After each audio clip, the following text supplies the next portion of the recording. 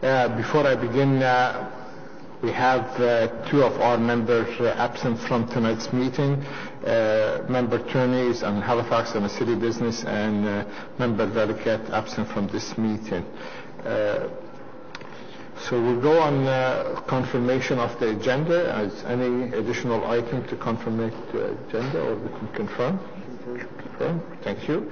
The minute of April 23rd, 2018, the Ottawa Police Service Board confirmed the minute of 23rd April 2018 on the minute. Any question? Discussion? None? Is the minute carried? Okay, thank you very much. Declaration of interest? None? The committee meeting, we had three meetings actually in the month of May. The Human Resource Committee, we have draft meeting of May 7, Finance and Audit Committee draft minute of May 7 as well, and Complaints Committee draft minute of May 16, 2018. So I'll speak briefly on HR Committee. Met on May 7. We discussed the framework of diversifying the OPS-1 workforce. We're also moving camera to discuss personal matter. So that's on the HR Committee. On the Complaint Committee, on behalf of Chair Tim Turney of that committee, who couldn't be here this evening, update from the Complaint Committee. The Complaint Committee met on May 16 to review a service complaint. The recommendation will be considered this evening in the in-camera portion of this board meeting. And I will turn it over to Chair Finance Audit Committee, Member Hubley, to speak about your committee. Thank you very much, Mr. Chair. The Finance and Audit Committee met on May 7th. We discussed the Police Officers Scholarship and Charitable Fund. Our recommendation will be considered as part of this meeting today. We also discussed the 2017-2018 audit plan, as well as a fee structure review for background checks. Both these items are also on today's agenda. Thank you, Mr. Chair. Thank you, Chair Hubley. On the committee meeting chairs and minute report, is the item carried? Okay, thank you. The Ottawa Police Service Board received this report for information, so just information. But the minute.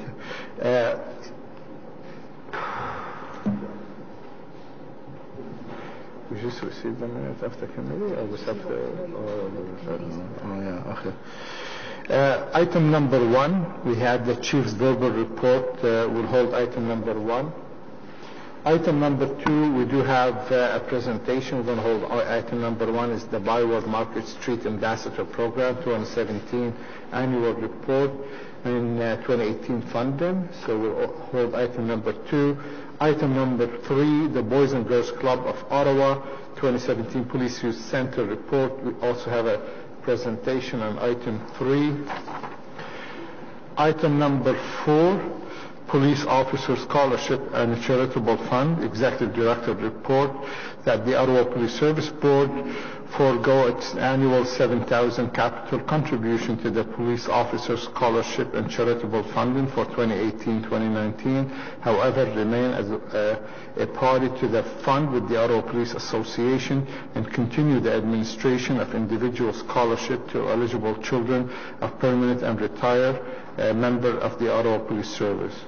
Item number 2, revisit future contribution in 2019 as recommended by the Finance and Audit Committee. On that, item 1 and 2, carried? Carried, thank you. Item number 5 is the Canadian Association of Police Governance Annual Conference, attendance and sponsorship. Item number 1, that the Ottawa Police Service Board approve the attendance of Vice Chair Smallwood and Member Blaustein to the 2018 Canadian Association of Police Governance Conference being held in Winnipeg, Manitoba from the 9th to the 11th of August 2018. And item 2A, $1,500 donation bronze sponsorship for the Canadian Association of Police Governance 2018 Annual Conference. On item 1 and 2, carried? Carried, thank you very much. Item number 6 is a renewal of Microsoft Enterprise Agreement. That's the Chief's report that the Ottawa Police Service Board approved the renewal of Microsoft Enterprise Agreement through Microsoft for 3 years term from 01 April 2018 to 31st March 2021 at approximately 3-year cost of $2,641,919.50, including non-refundable taxes. The item? Quick question. Question on that last piece. Why is it non-refundable taxes? As a municipality, don't we get all our taxes back? And on a bill of $3 million, I would think that could be substantial. Okay. Yes, thanks, Mr. Chair. So I think we do get a significant portion of the HST back. I think that was related to the HST. So of the 13% HST, we get a significant portion back. We only pay about 90%, about 10% of the HST. So we end up paying 1.76%. That's consistent with the city. Okay, thank you. Thank you, Mr. Chair. Thank you. On the item? Okay. Thank you. Item number 7, renewal of OC Transport Special Constable Program, that the Ottawa Police Service Board approve the continuation of the OC Transport Special Constable Program for the term of 5 years. On the item, okay. Thank you. Item number 8, we do have a presentation that the Ottawa Police Service Board received a presentation for information on a background check, so we'll have a presentation. Item number 9, conducted energy weapon expansion program. We'll also have a report, chief's report and a presentation. And item number 3, quality assurance annual report 2017, compliance with the minister's standards. The Chief's report. So on item 10, that the Ottawa Police Service Board received this report for information. Have any question on item 10? Or can we receive it? Receive. Thank you. Item number 11, we also have a presentation, and that's the service initiative closeout report. So we'll have presentation from our staff. Item 12, performance report, first quarter 2018, that the Ottawa Police Service Board received this report for information. On item 12, received. Thank you. Item 13, a financial status report, and I believe Member Smallwood has asked me to hold this item, so you have a question. We'll wait till then. Is it better, or a quick question you want to do? Quick question. Quick question? Go ahead, sir.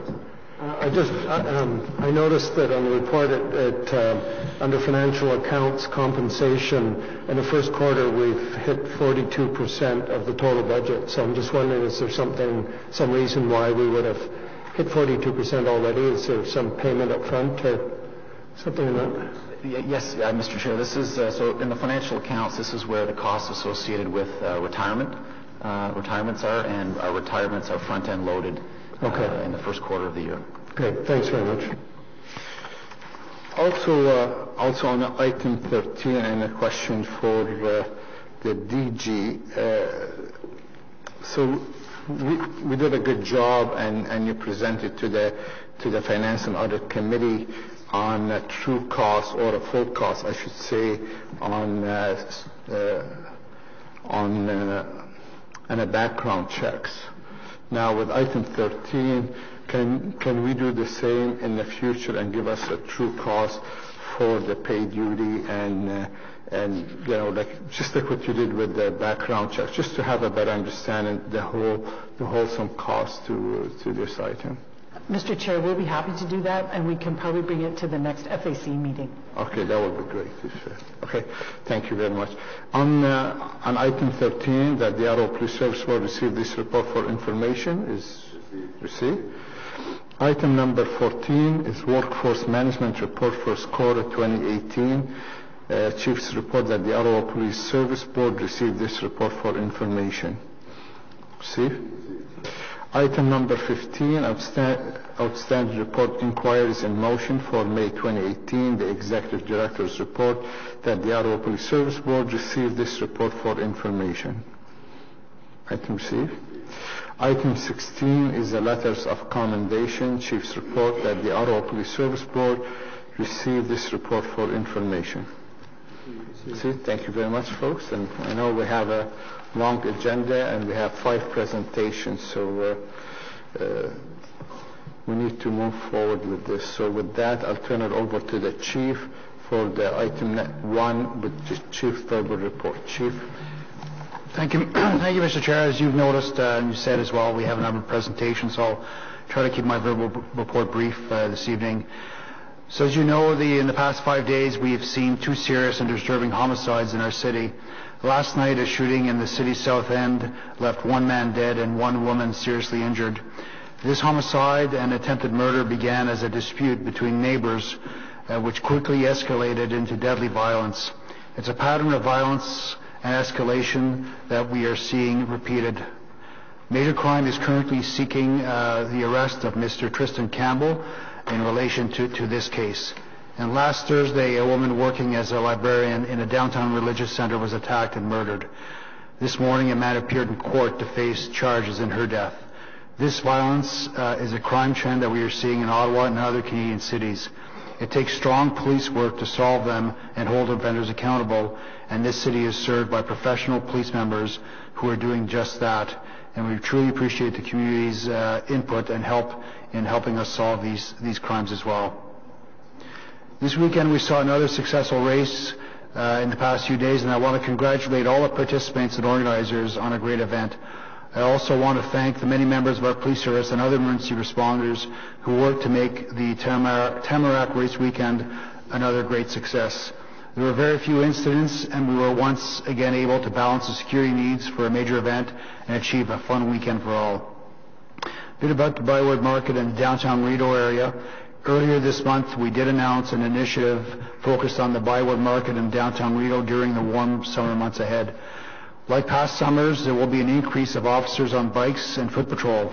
In addition, the Bikes and Beats unit, the traffic unit, RIE programs, our drug unit, our guns and gangs unit, our street crime unit, and the direct action response team will also be active in these areas.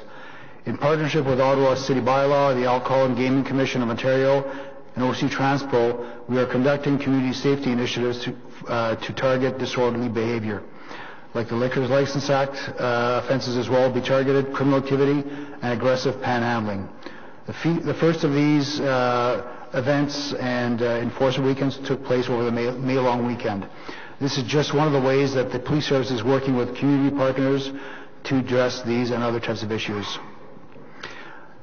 Mr. Chair, one of our members, Constable Terence Gill of Seaplatoon Central, is in need of a kidney transplant. He's a husband and a father of 2 young children. Terence is in the final stages of kidney failure, and if it gets worse, he'll need dialysis while he waits for transplant. Terence suffers from Crohn's disease, and as a side effect is kidney failure. Despite this, Terence is still on the job, conducting and working shift work. In support of Terence and his family, our members held a kidney donation information session and blood typing event with Canadian Blood Services last week to see if any of our members could be a blood type match. And we wish Constable Gill and his family all the best, and we'll continue to keep you informed. Police Week ran from May 13th to 19th, and this year's theme was celebrating policing and community partnerships. It was great to see all the community members and police members who came out to the various events across our city. The Ottawa Police Hoop Stars were chosen as this year's charity and received upwards of $1,200 in proceeds and donations. This group, as you've seen covered in recent media events, is a group of officers and volunteers who donate their time with youth in our community, using basketball as a tool for meaningful engagement. On May 9th, the Street Crime Unit executed a search warrant and charged an adult male after an investigation into drug trafficking activity. A variety of drugs were seized, including a purple putty-like substance which had been submitted to Health Canada for analysis. That analysis has confirmed the putty did contain heroin and fentanyl. Since the seizure was made, police services across Ontario have reached out to advise us of recent similar seizures, and it seems to be a province-wide issue. We continue to work with our city partners through the Overdose Task Force to work against this ongoing trend of drug use. Board, I'm pleased also to announce that we have hired a local company, Greybridge Malcolm, to conduct our diversity audit. They have already begun their work, and there was a meeting with them midweek last week. Greybridge Malcolm brings vast experiences to this project, including conducting employment equity and diversity reviews for policing, safety, and public serving organizations in Ottawa and nationally. They have a deep subject matter expertise in diversity, equity, and inclusion, and respectful workplaces. Their areas of focus align well with the Ottawa Police Service's current work on bias awareness, anti-racism, and gender equity. The selection committee included members of the board, community, and the police service. They'll work closely with the community, internal members, and other stakeholders to deliver the audit this year. And we invited the group to make public presentation to the board at next month's board meeting on June 25th. And this May, we also participated in Canada Road Safety Week. Our officers focused on some of the most dangerous driving behaviors, from drunk and drug driving to distracted driving. The Traffic Services section conducted various education and safety enforcement blitzes across the city, resulting in about 1,150 charges being laid. And finally, I just want to recognize this is Deputy Chief Skinner's last board meeting. Jill has spent 37 years in policing and has certainly had an impact both locally here, provincially, and nationally. And I just want to thank her for her years of service to our community and to policing in general.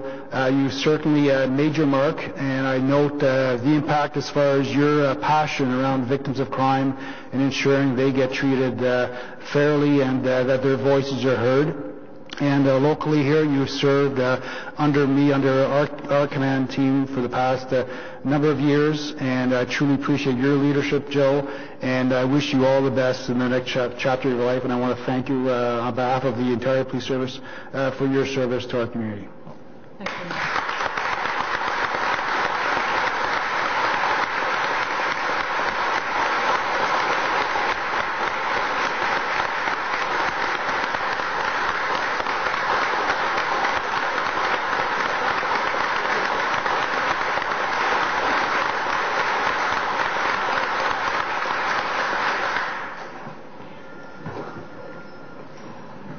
Thank you.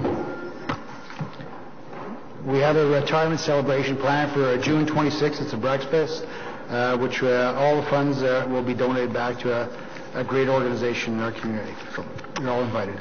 Thank you, Chief. And I'm a little bit disappointed. I had lunch with the deputy today, and she didn't mention to me that would be her last board meeting tonight. So,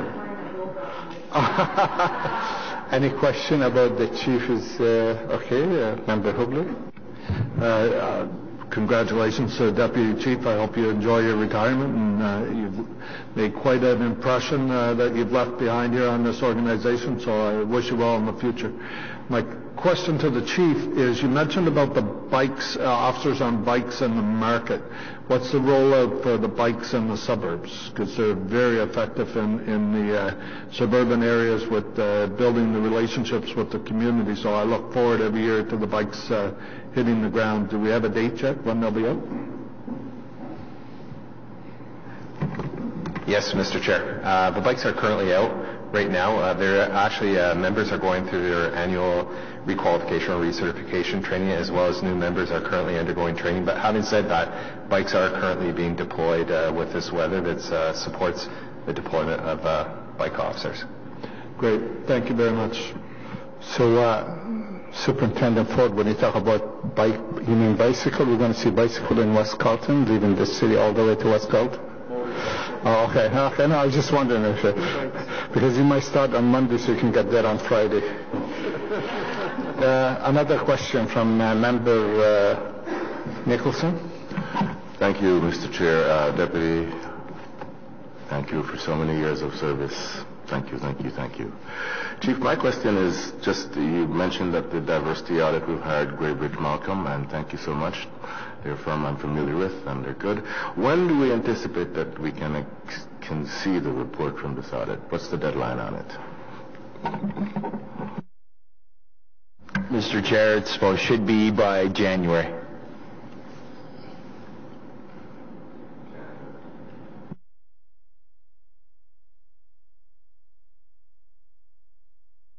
Okay, any other question to the chief? Well, Deputy, first of all, congratulations and thank you very much for your, and I think the next announcement I'm going to make, it has a lot to do with your leadership. And in early May, the 20th Annual Ontario Women in Law Enforcement Award Banquet was held in Mississauga. A number of women from the Ottawa Police Service were recognized for their year of service. Some celebrated 25 years, some 30, and even 35 years. We had members nominated for award, and one member won the award. Sergeant Julie Mann won the Leadership Award. I counted, and I believe a total of 30 female OPS civilian and sworn member were recognized at that banquet. On behalf of our organization, the Ontario Association of Police Board, on behalf of this board, I want to say thank you for your leadership and thanks to all the women in our police service, whether civilian or sworn police officers. So thank you very much. And with that, can we receive the chief's verbal report? Okay. Turn now to item number 2 is the Byward Market Street Ambassador Program, 2017 Annual Report and 2018 funding. And we have Yasna Janan, the Executive Director of the Byward Market BAA, to do presentation. Ma'am, please. Yes. You've been here before and you know the drill. Hello. Actually, I didn't come prepared to do a presentation because it's usually just the report that gets submitted, but I'm happy to speak on behalf of the program. This is now, it's been 12 years that I've been at the BIA, and so I have been involved with this program for 12 years. We certainly see the benefits of the program, a partnership with the Ottawa Police that we think is really necessary to ensure the long-term viability, safety issues in the Byward Market. We work really, really closely with police. We do our best to alleviate as many calls as possible, and when necessary, we certainly put in the calls. I think it's really important to note that we do a lot of training with our ambassadors. Part of that training includes training with police officers. We will be doing some mental health training in the next 2 weeks with the Ottawa Mission. We kind of touched on it earlier, but mental health is certainly a big issue for us in the area, and we feel it necessary that our ambassadors are equipped as best as possible when dealing with mental health issues, when to engage, when to step away. We have a lovely team. We're in a bit of restructuring this year because the program used to be done in partnership with City of Ottawa Markets Management, and since Markets Management has since been disbanded, we are solely responsible for the day-to-day operations, supervision, scheduling of the ambassadors. So we've actually got a team of 6 from 4 in previous years, so that we've got enough folks to cover everything. Lovely group of kids, all university kids. Actually, I think most of them are smarter than me, which sometimes challenges me in the office. But all that to say that we certainly hope to see continued support from Police Services Board as we have over the years. That 10,000 ensures that we've got, basically it covers a body for the whole summer. And believe it or not, the Byward Market has one of the smallest BIA budgets in the city, so the money will go a long way. So it's been a long-standing relationship, and we certainly hope that that relationship continues. See, you do a great job when you're not prepared. That was well done and well said in a short period of time.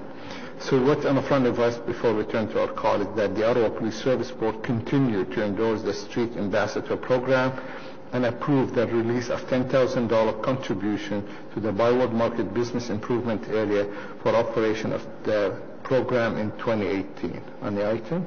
Okay. Thank you very much, Anna, and wish you all the best and have a great summer working with our staff.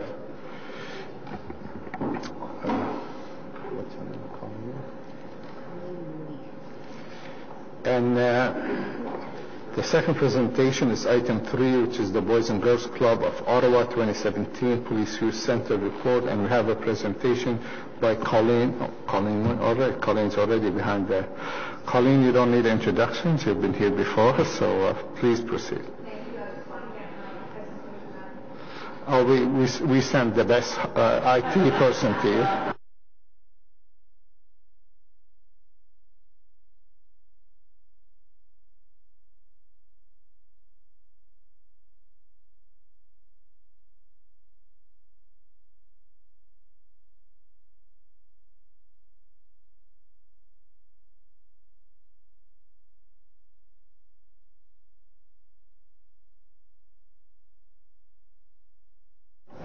Great. Thank you very much, Deputy Chief Bell.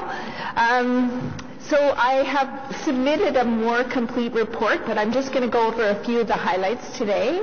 I'm Colleen Mooney. For those of you who don't know me, I'm the Executive Director of the Boys and Girls Club. And let me first say that we are very proud and appreciative of our long-term relationship with the Ottawa Police Services. It's been a great relationship, not just at the Police Youth Centre at Prince of Wales, but also across the city in our other locations. So let me just see. So I'm just going to cover a little bit of information about the Police Youth Centre. So last year we had 751 members there that made almost 19,000 visits. On average, we saw about 90 to 100 members, and this was pre-renovation. That could go up to about 130 at some evenings, which was very challenging. Some of you may know that we have started our renovation of the Police Youth Service, and one of the reasons why we've done that is because, for example, there was only one washroom stall for girls, so you can imagine what the lineup was like on an evening when we had 120, 130 members in the clubhouse. Just a couple of highlights. We had some fantastic Ottawa Police Service members train with our members and did the 9-run 10K, which was fantastic. And in December at the Police Youth Centre, we hosted the Scotiabank NHL 100 Legacy Project announcement, which means that thanks to the SENS Foundation, the NHL, we will soon have, and the Tomlinson family, we will have a new SENS rink when the Police Youth Centre reopens.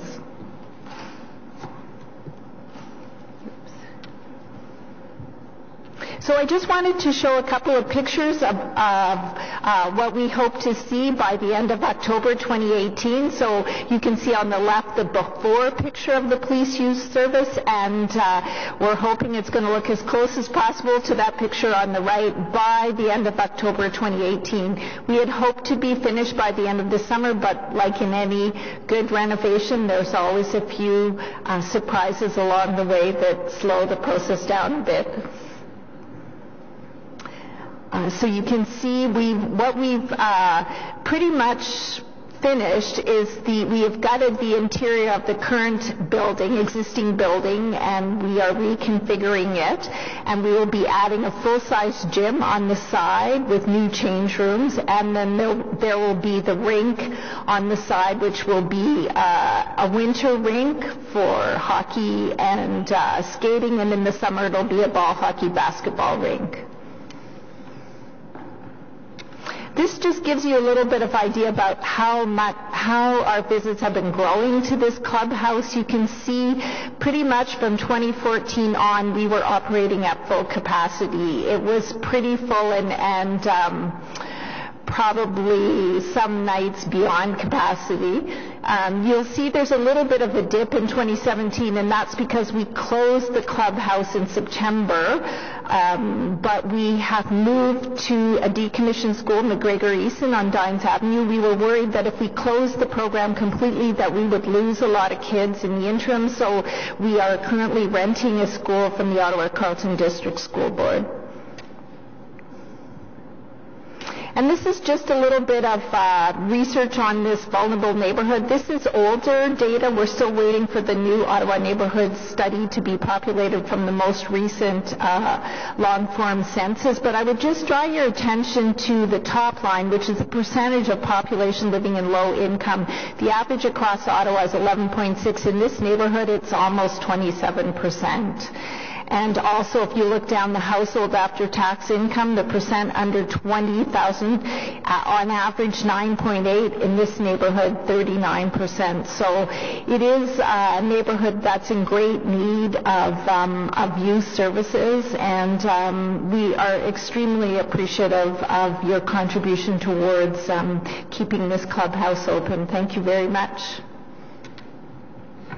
Thank you, Colleen, and I think I'll be remiss if I didn't mention Deputy Bill sits on your board. That's why he jumped. Yes, he does, which we are very lucky to have him. But I never thought he's the IT person, so. Any question for Colleen on the Boys and Girls Club? Go ahead, Member. I'm just curious why the deputy chief wouldn't turn her microphone on. That was a great presentation. Good question.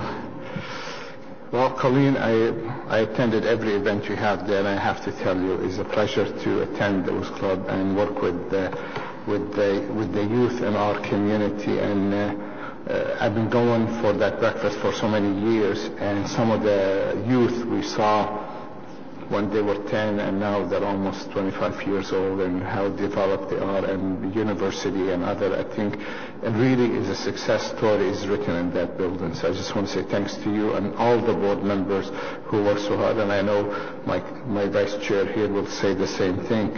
You have exceptional good people working across the city and helping those marginalized kids in our community. So thank you so much on behalf of all of us. Thank you, Colleen. Thank you.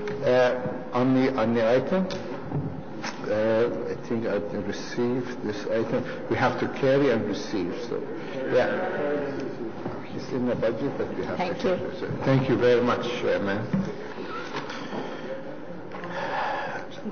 Item number 8 is the Ottawa Police Service Board service presentation for information on a background check. So we received that at the Finance and Audit Committee, and we're going to have it here as well. So.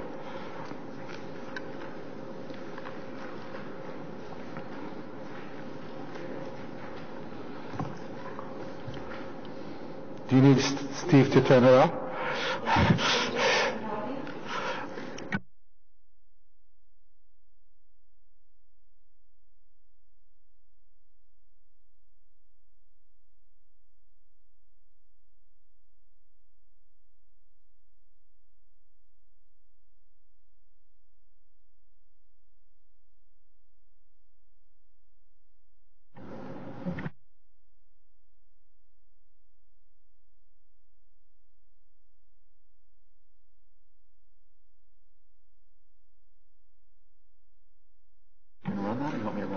Can you run it?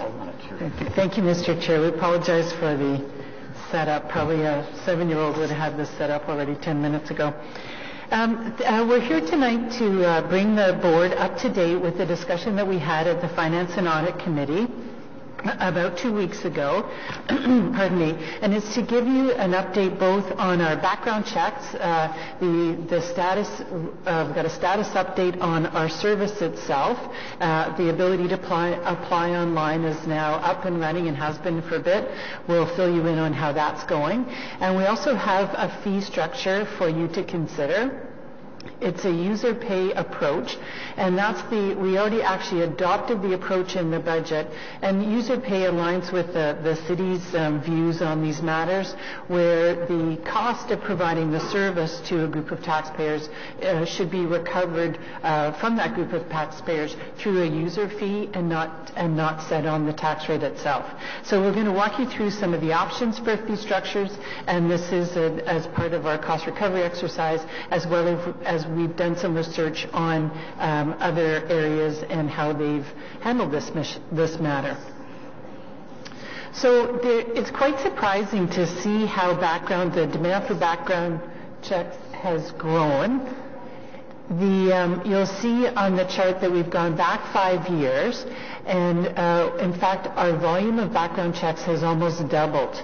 We started out at roughly 48,000 background checks, and now we're closer to 88,000 in the 90 range. And what you see there, and you'll see this as we break down the composition of our checks, is that we've had many more private sector employers join in and have background checks be a part of their screening exercise.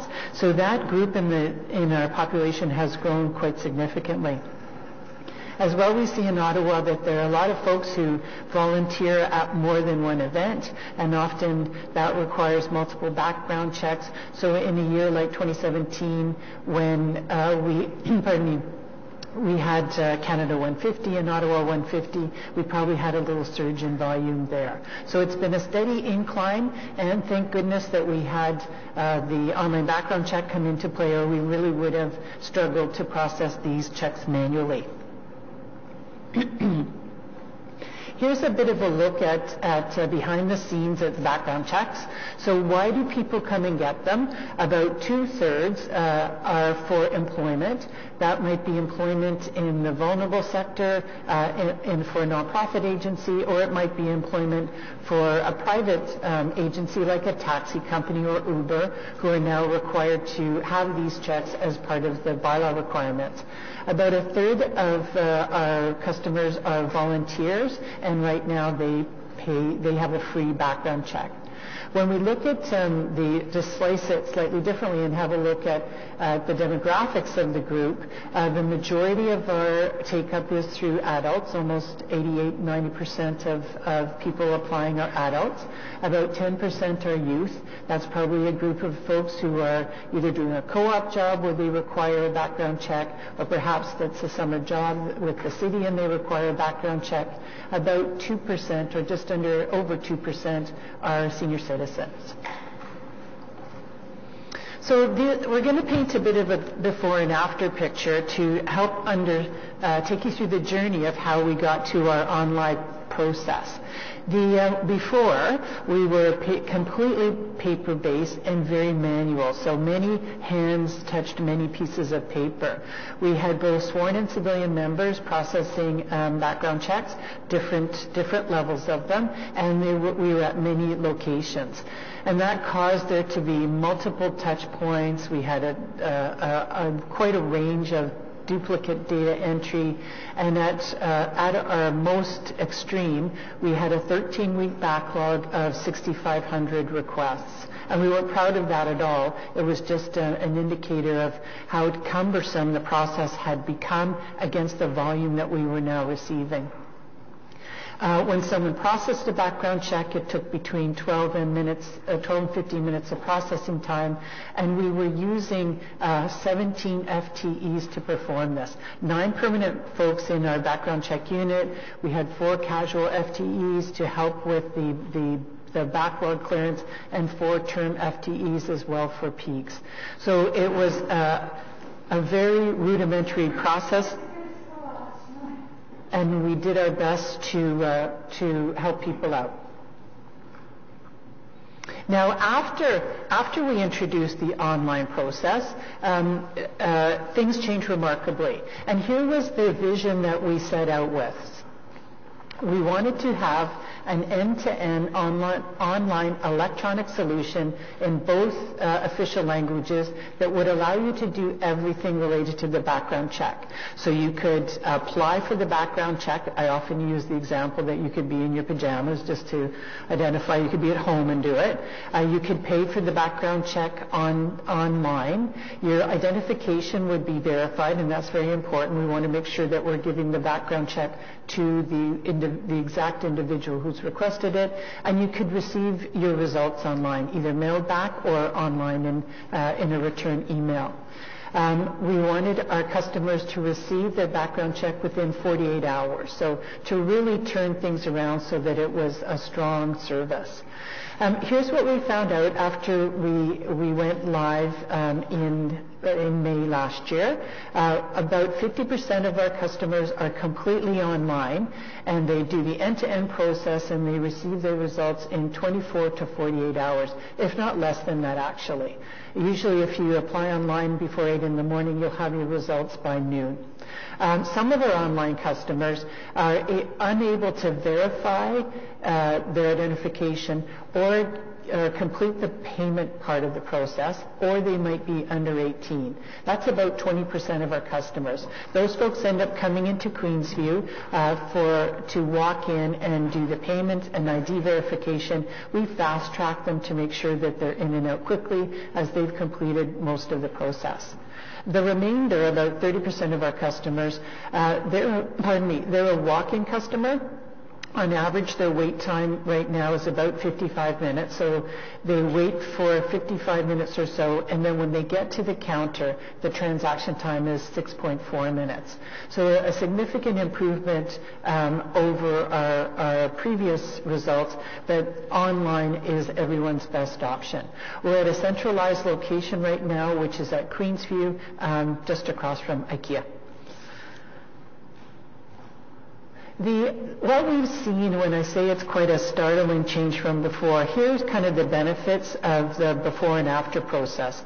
So our processing time before we went online was about 13 weeks, and now we're down to 24 to 48 hours. We have no backlog, so the 6,500 records that we had in backlog are completely gone. Records are now processed as they are received. On internal processing time, so that's the time our staff takes to process them, the online records, because most of the information is already in the system. We're just in a QA function ensuring the names match up with the identity. That's an under 60-second transaction. And at the counter, we've dropped our processing time from 12 minutes to 6 minutes and 24 seconds. All of the work now is civilianized.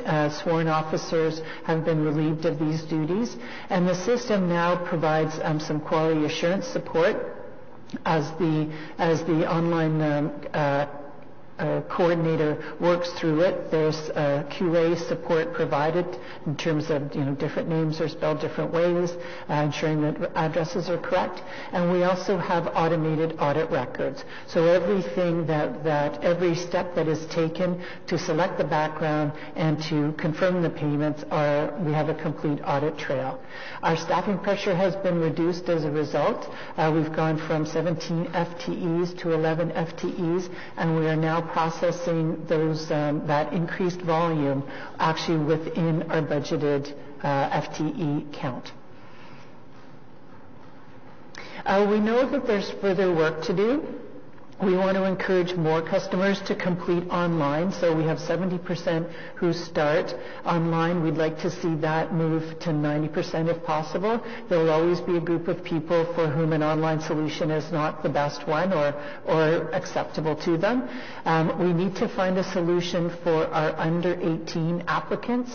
They often find that they don't have the credit history that's required to confirm identification online. So we're trying to move to a new electronic solution that looks to just banking accounts instead, so that we can process more 18-year-olds online. We may also look at options that would allow them to present their ID at different front desks, just to make the under 18 group simpler to process. We're continually educating the top 10 or 20 employers and organizations on our online advantage. Some of our employers are still saying, if you just go, you'll get it the same day. Actually, if you just go online, you'll get it within 4 hours. So we're sending that message out. We still have some more online application fixes to make. This is a continual thing, I think, with online work. You find that adjustments are needed to attract people's attention to certain sections, and we've been doing that on an ongoing basis. We have more work to do to hit our walk-in service standard. We're trying to hit a 20-minute wait time, 80% of the time. That's the standard wait time for many of the Ontario government services. We're off of that now. Our wait time is in the range of 50 minutes. So that's certainly aggressive, and we think we can work to that over the next 12 months. I'll give you a little bit of background on how we got to our existing fee structure, because it's a story that carries over from the amalgamation in 1995. At that time, volunteers were not charged by any of the police services, and the board at the time elected to carry that forward. So volunteers have always been free under our fee schedule. In 2003, the board introduced a reduced fee for employment in the nonprofit sector. And that need came about as a result of a decision when the Criminal Records Act of Canada was changed, and it was changed to deal with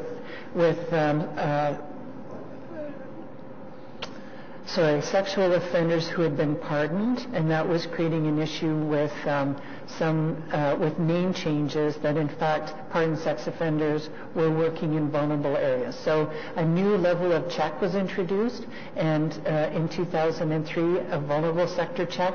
Our board decided that if you were employed in the nonprofit sector, that should be a reduced fee because of the ability to pay being much lower in the nonprofit sector.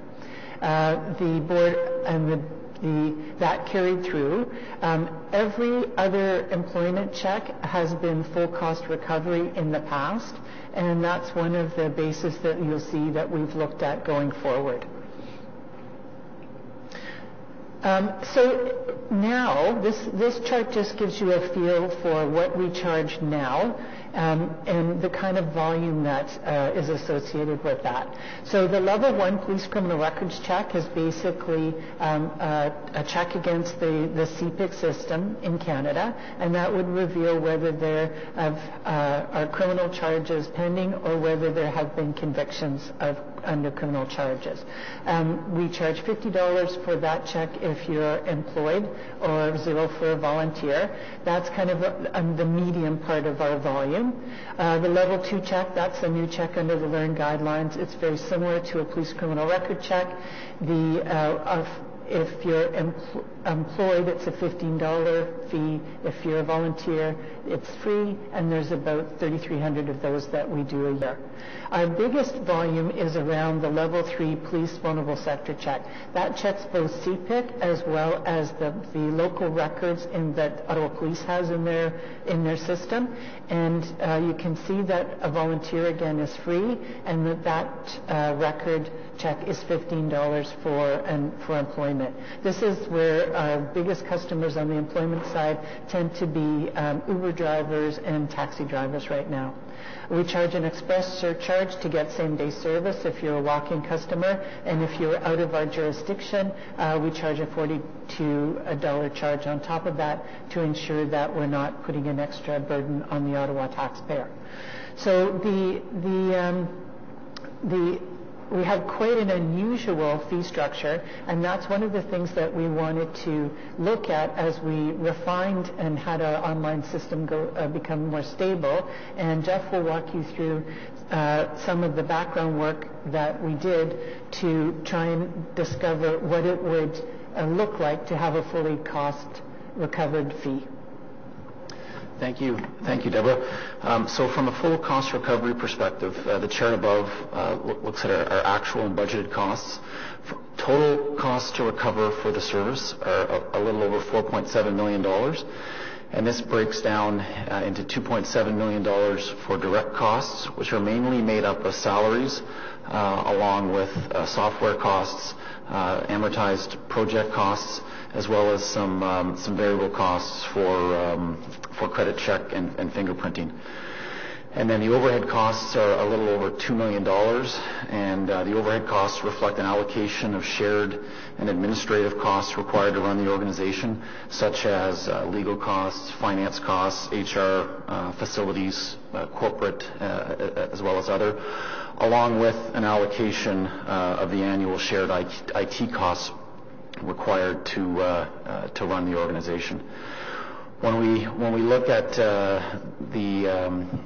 volume in 2017, we factor that total average cost of $4.7 million into the volume. We get an average cost per transaction of approximately $63 per transaction. And another key data point is our budgeted revenue is $2.2 million compared to that total full cost of $4.7 million. So that's another data point for the board to consider. And with that, I'll now pass it back to Deborah, who will walk through some of the potential options and the next steps. Thank you, Jeff. What we've constructed here are some of the options that we'll be consulting with over the next month when we go out to the community. Starting at the top, we kind of identified a status quo option that leaves the fee for volunteers as a free fee. And in doing so, then we have to push more of the cost of the fee over to the employment fee, just keeping in mind that $63 is the break-even for any check. So in that scenario, someone coming in for employment would pay $90, the volunteer would be free. In scenarios B, C, and D, we started to add a small fee for volunteers, so $10, $20, or $25. And you can see on the employment side that starts to drop what the employment fee would be. In Scenario E, we tabled an equal pay approach, so both the volunteer and the employment fee would be $63. That's the full cost recovery level. And then in number F, we looked at what the market rates are in other jurisdictions for these fees. And generally at the top of the market is $50, and we'll just show you where we got that data from. So these are for employment checks, and you can see that, I'll just get you to watch the scale a bit because it's a little bit off on the side-by-side graphs, but you can see that $50-ish, $45 to $50 is what tends to be charged for employment checks. Toronto being an exception, it's at $20. The other folks are between $45 and $50. And when we look at the volunteer checks, most people seem to charge for a volunteer check. The exception is PO, and the amount ranges from $15 to $50 for the high level. So there are a range, as you can see, there are a range of options here. Ours would be the only service offering that is actually completely online. We had a question come up at FAC about what the options are for gaining this service elsewhere, and it is possible to go to a third party and receive some of these record checks. The RCMP has service level agreements with companies like Backcheck and with the commissionaires. However, they're only licensed to do a level 1 check. That's a criminal record check that scans the records of CPIC, the Canadian Police Information System. The licensed folks are not allowed to look at the local police records. The cost from the third parties is between $55 and $59 for that level 1 check. Only a police service can do a level 2 or a level 3 check. So, Mr. Chair, here are our next steps. As I said, we were at the FAC in May, had a great discussion about the challenges of this area. We're tabling the options with the board tonight, so you have a feel for the range of considerations we're looking at and the factors that are involved. We are going to do some consultations out in the community, probably not town halls as much as meetings with the volunteer community groups and representatives of the hockey teams and sports teams, some of the higher level volume users on our employment side, to get a feel for their view of the proposals, and then we'll bring some recommendations back to the board in July with the goal of being able to implement in August. And we're pushing that goal because the revenue that's outlined in the proposal is critical to achieving our budget goals in 2018. That's our presentation, Mr. Chair. We'll be happy to take questions.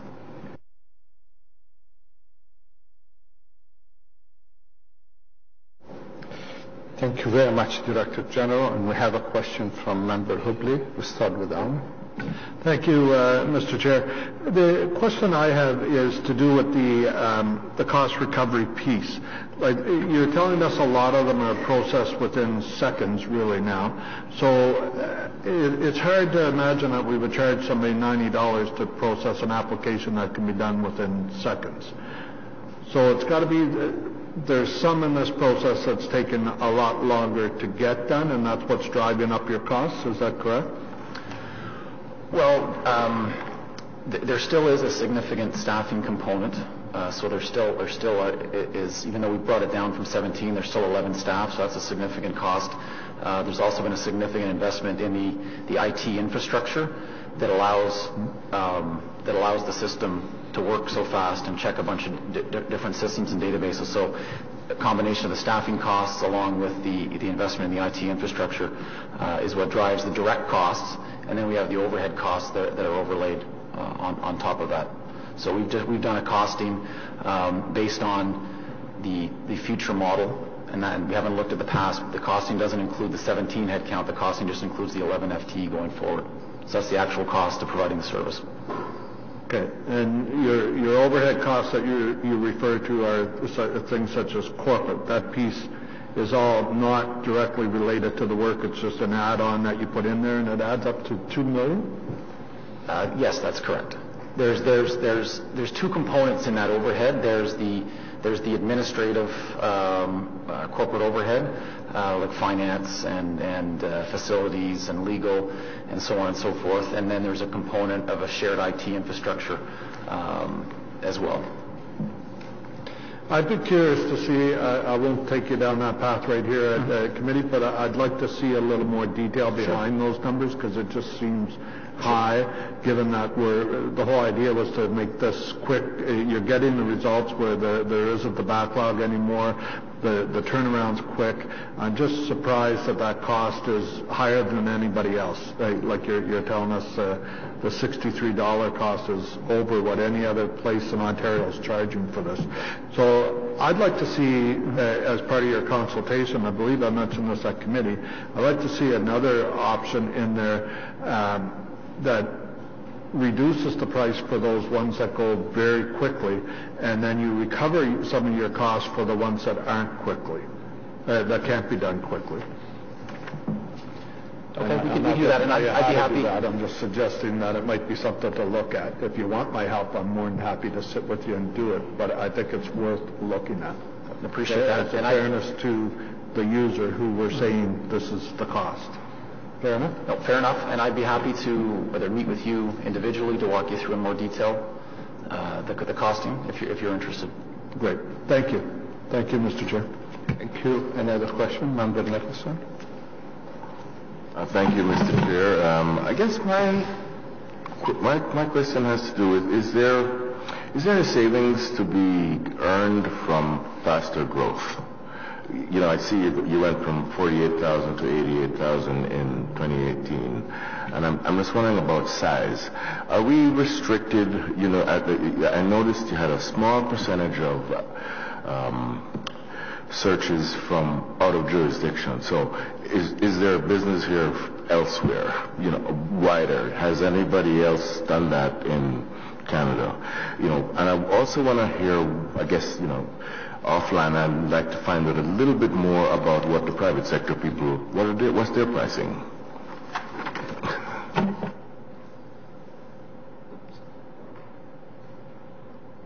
Sorry, Mr. Chair, the private sector pricing is identified in, that's the first three lines of our slide here. So it is possible for a third party to offer that level one check to other folks, to companies, and they're charging between $55 and $59. There are police services who have taken this on as a business, and I'm assuming they've done it through an MOU with the RCMP and are using their infrastructure to reduce make a contribution to overhead in essence.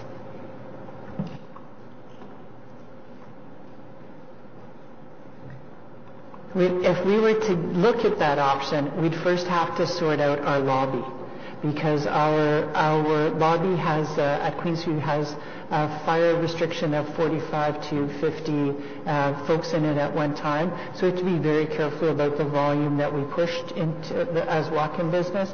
We would only be able to handle business like that if it came online.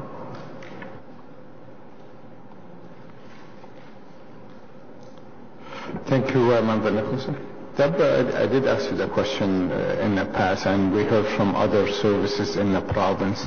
They outsource this. Have you checked the outsourcing this item to a private company?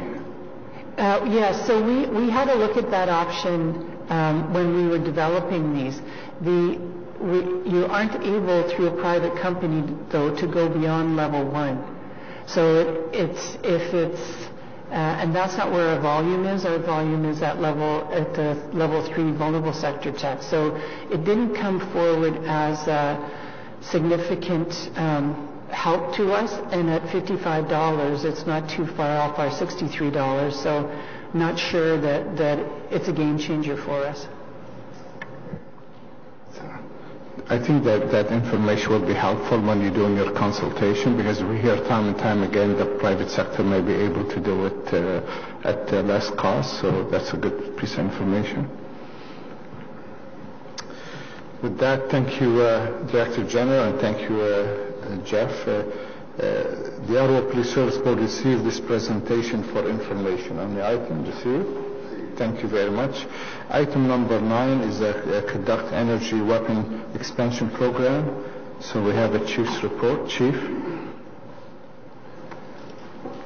Thank you, Mr. Chair. As the team sets up for the presentation, as you will know, in 2014, the board, as a result of a change in regulations at the province, the board authorized a pilot project in the expansion of the CWs to include supervisors and first-class constables if they met certain criteria. Subsequent to the rollout of the 2014 plan, we, at the direction of the board, we conducted our evaluation. And tonight we want to present to you that piece of the evaluation and also the recommendation in seeking authority to fully expand this program so that the CW becomes a standard kit equipment issue for all sworn police officers in the Ottawa Police Service. So I'll turn it over to Director General Fraser, Superintendent Mark Ford, and Superintendent Sterling Hartley.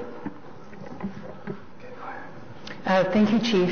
I apologize to the board for the number of recommendations and report changes that have gone on with this report.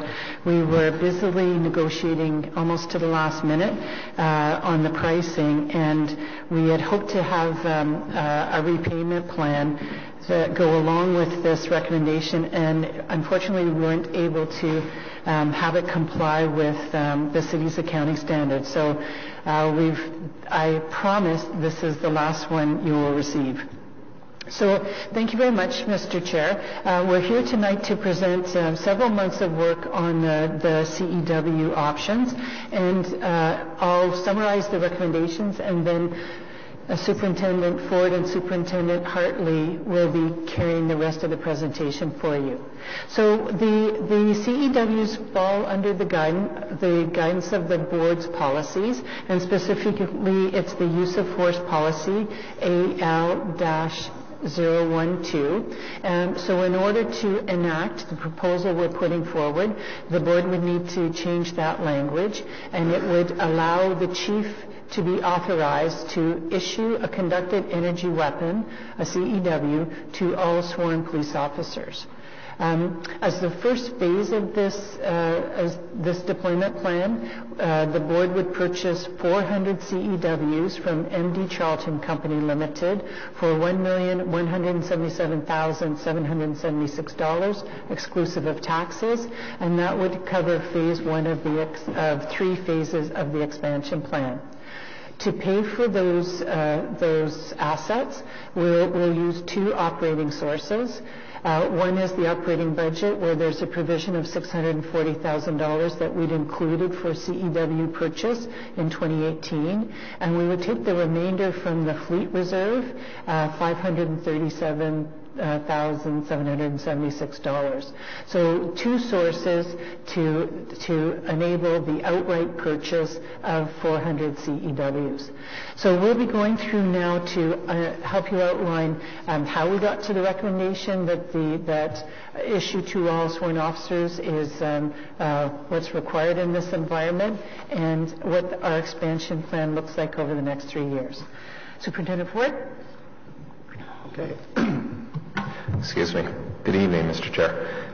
Like any good police officer, Superintendent Hartley and the Director General and I wouldn't show up unless we had really good backup. So I'm going to identify and point out two sergeants in the background, Sergeant Skip DeVille as well as Sergeant Adam Payne, who are both in their own rights subject matter experts in use of force training, in particular CEW and de-escalation. So any of the difficult questions, they will be answering. So we recognize that any discussion around CEW expansion or CEWs in general cannot be discussed without first talking about de-escalation and its importance in training. De-escalation training, as this slide depicts, is embedded through all use of force training from the time the member joins our organization, whether he or she is a recruit at OPC, through their training with their coach officer, through their training at OPS, up until including their annual use of force qualification. It should be noted that our model is based upon the British Columbia Institute of Justice, which is a model of crisis intervention and de-escalation training. Of interest, this was identified in the 2016 Ombudsman's report as cutting edge in the area of de-escalation training. While members have had theoretical training, and it was very much a focused effort a couple years ago in the use of de-escalation tactics, this is complemented by scenario-based training that emphasizes de-escalation training, and equally important, and I really must stress this, is the decision-making that's required to support all use of force options, and most importantly, de-escalation tactics where it is appropriate. But it should also be added that as part of our CEW expansion back in 2014, there were provincial guidelines that directed how much training members who are trained on the use of CEW should receive. Our practice has been since that point in time to expand upon the provincial minimum and include a further 4 hours of training that is inclusive of de-escalation training and scenarios. The OPS prides ourselves on being a leader in all forms of training, inclusive of de-escalation training. I know that Sergeant Adam Payne has looked internationally at leading practices and incorporated some of that into our training. And I understand on June 13th, the board will be attending PDC to participate in some of the use of force training. They'll have the first-hand opportunity to witness that training. And Member Blaustein volunteered to be taser. Great. I think it is also important to recognize is that when we talk about de-escalation training, we have to look to the efforts that are taken provincially. This is an issue that has been paramount and front and center in the media and the public's attention for a number of years through a number of reports, whether it's Ombudsman Iacobucci's report that was commissioned by the Toronto Police. And in April of this year, there was a provincial announcement that established that there will be a new framework that will be delivered in the summer of 2018, which will guide the development of enhanced training for police officers and ensure de-escalation techniques are central to any police response. And I think it's important to note that the OPS is involved in that development of that training framework.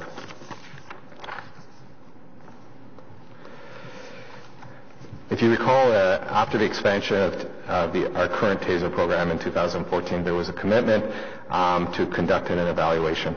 This evaluation was completed in 2016, and referenced in the report were some of the findings from this evaluation. As CEWs were effective in preventing injury to members in public, having access to a CEW provide an option to safely resolve an incident where other use of force options would have not been effective or may have posed a greater risk of harm to the subject or the member or a member of the public. It was recognized that there needed to be improved reporting and analysis of the data. And this is something that we've undertaken as an organization, and it's a matter of continuous improvement.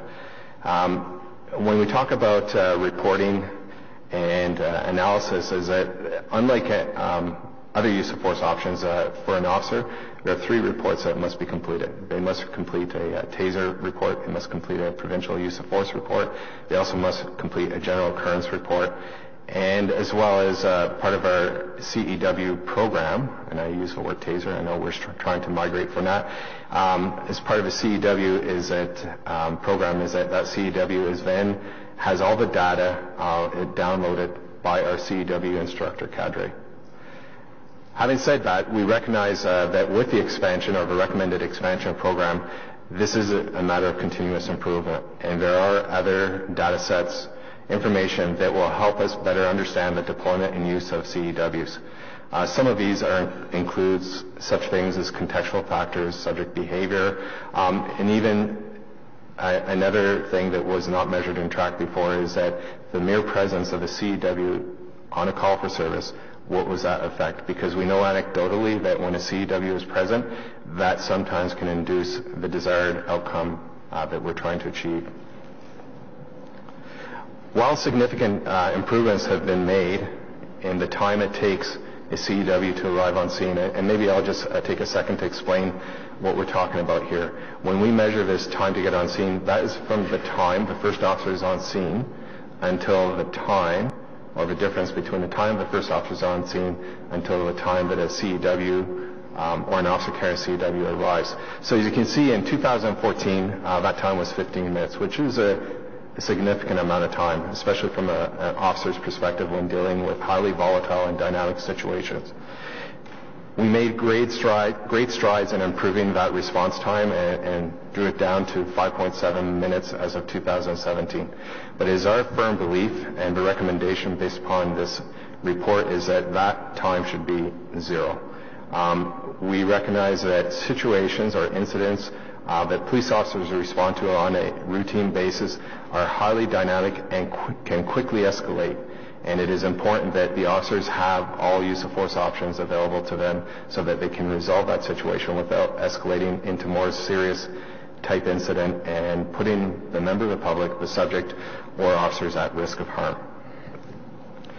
And I think the last point that I will make in regards to this evaluation was it was overwhelming support that the CEW program be expanded to all officers. And I should echo the comment that the entire senior leadership team is behind the expansion of the CEW program to all frontline officers or all officers within the organization. So as part of the evaluation and as presented to the board in February of this year, there was a commitment to conduct consultation. A number of objectives were outlined in the consultation, and it was to raise awareness in regards to the CEWs. And also there was a list of targeted consultations in regards to that. I think the most important thing to highlight in this was that contrasting to 2014, where we had 1,000 responses, we were significantly down to just 200 responses this time. And I'm speaking specifically to the open forum type consultation, which was available on the internet or the OPS website. In addition, there was a number of targeted key stakeholder interviews that were conducted by myself and Inspector Carl Cartwright, who was here, who met with those stakeholders to get their input on the CEW and the expansion of this.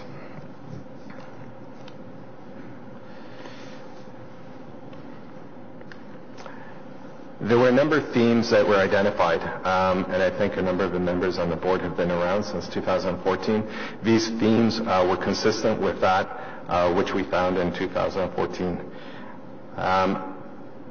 In regards to the open or the public survey, there was a mixed response in regards to the expansion, and again, that was consistent with what was found in 2014. in regards to the targeted consultation with members of the community, in particular with the mental health or practitioners in the mental health community. There was support in regards to this.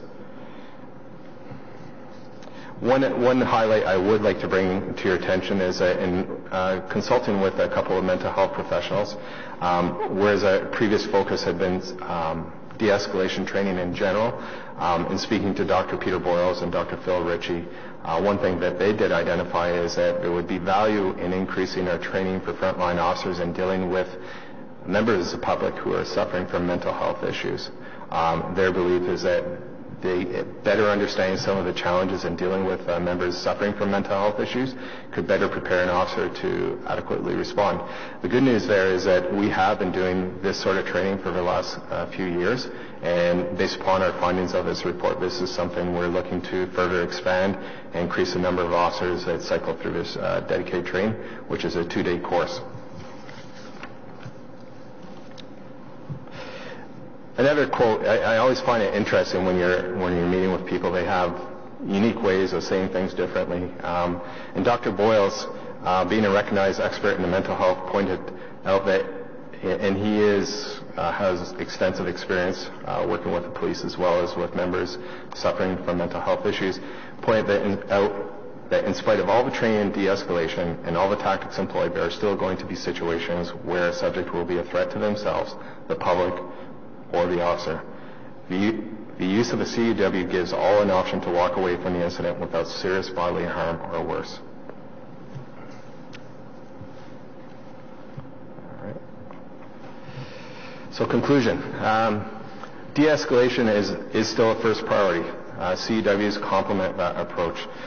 I think if we think back to our annual or quarterly use of force reports, I'm not sure if it's quarterly or annual, so excuse me, but we reference the fact that police officers interact with the public 322,000 times a year. And when we look at that, the stat that is quoted in the report speaks to that in less than 1% of those times are we actually, or do officers use force.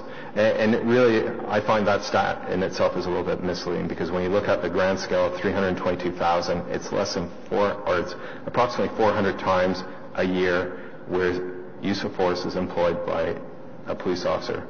And then to further contextualize it in relation to CEWs, approximately on average 70 of those times are the use of CEWs. CEWs are an effective tool that address a gap where there is a risk of escalation to another option that poses a greater risk to the member, the subject, or the public. Medical professionals have pointed out that it is not only the physical harm to a subject member that needs to be taken into consideration, but also the long-term impact on their mental health that results from these incidents. And to quote the physician that spoke to this, is you cannot put a cost on this or a value on this. Again, it is our recommendation and our belief from the senior leadership that this is an option that belongs in the hands of all officers. So I'll now turn it over to my colleague, Superintendent Hartley. Thank you, Mark. The next slide gives the board a sense of the Ottawa Police CEW deployment plan over the next 3 years. As you can see by the far right column, we have prioritized the sworn officers in the directorates that have the most contact with the public in Phase 1. Phase 2 will see the other directorates across the Ottawa Police Service all receive their CEWs, with Phase 3 including the more senior officer working groups at OPS, like me. This is all part of the plan to make CEWs a part of every police officer's standardized piece of equipment and kit. The plan in 2021 going forward is to have CEWs for the 30-plus sworn officer new hires that join OPS and going forward. So, Mr. Chair, that concludes the presentation, and open to any questions that the board may have. So, thank you very much, folks. Before we open any discussion, we have to add this item to our agenda. As the Director General said earlier, that report was not available earlier because staff were negotiating to the last minute. So I need to accept this as an item in the agenda. So moved by the Vice Chair, this item be included. All in favor? Okay. Okay, thank you very much, folks. So now, before we turn it to my board member for question, we have a member of the public. So the members of the public can sit on this side, and Deborah can stay where you are, so they can sit on my left. And we have Heather Stasher. I hope I said her name right. So when you're coming down this way, you only have 5 minutes to speak to the board. So please take the seat. Jill, you can show her.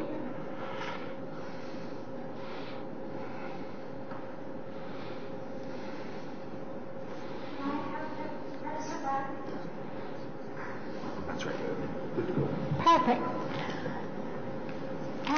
Sorry. That's okay. Hello. Some of you know me from past appearances at various other committee meetings of council. Many of you do not. I will say, first of all, that my late husband, who has been gone 14 years in June, was a police officer for the state of Washington for 13 years. So I am not anti-police in any way, shape, or form. I am, however, terrified by this plan because I am one of those Ottawans that live every single day, every single hour with multiple disabilities. I have less than 50% of my hearing, and I have osteoporosis and osteoarthritis in both hips. So my walker is over there. I use it every single step that I take out of my home. Now, what I'm concerned about is two things. First of all, it says use of CWs on vulnerable populations, and then it goes on to talk about people with mental health issues. It says nothing about people who can't hear. It is absolutely possible, more than possible, that I'm walking down the street or in a crowd of people, and an officer tries to call behind me, and because of the ambient noise, and because of my broken ears, I don't hear them. And then that officer decides I'm not paying attention to them, not following what they're asking, because I can't hear what they're asking. And so we deploy what's called a non-lethal method of trying to get my attention. 50,000 volts this far from my brain. Now, that is not going to be non-lethal. None of you would want 50,000 volts or how many thousands of volts through your brain. The other problem is it is designed to have the person it's used against to make them lose muscle control. If I fall, which I will if I'm shot by a taser, I will break both my hips. Breaking your hip is correlated to death. That's the facts. Now, I will tell you the scariest situation I've ever been in. I went to a conference in Rhode Island. To get there, I took Amtrak. I told them I needed somebody to meet me to help me with my luggage. They didn't. So, very long story short, I was confronted by two NYPD officers who kept yelling at me on the top of their lungs, "Stop yelling! Stop yelling! Stop yelling!" and interrupting me every 2 seconds. So I finally realized I'm going to be arrested for my disabilities. And I thought, what can I do? And I took out one of my aids and I put it in my hand. Okay, I'm going to ask you. Heather, I'm going to ask you to wrap up, please. Every time I am in the U.S., if it's in a group situation like the march that just happened in March. I wear a T-shirt. I am deaf. Okay. Because I cannot afford for it to even happen once. Okay, I'm going to ask you to wrap up, please. Thank you very much for bringing this. Oh, okay, go ahead. Sorry. That's okay. Thank you. Because you're 5 minutes up. I heard you loud and clear, and I think our staff are taking notes of your presentation. And if you, hold on. If you need to speak offline with the superintendent, Sterling Harley, it's fine. If it's not, it's okay. We heard you loud and clear. Thank you very much. No, You're very welcome. What they keep telling me, and I've been told this by police officers from Vancouver to Ottawa, is it won't have, it's unlikely to happen. Okay. I can't put my life on the line like that. It cannot happen. We heard you, Heather. Thank you very much. Thank you for your presentation.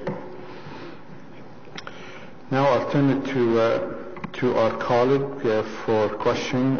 Start with Mr. Vice Chair. Thank you very much. I'm very pleased with the report. I was one of the big skeptics several years ago when this first rolled out, and my concern was that this was just going to be a layered on, and there would be no de-escalation anywhere else. And I'm really pleased with the report. You've made it really clear that you're concerned about de-escalation. I think it's an excellent report. It's very thorough.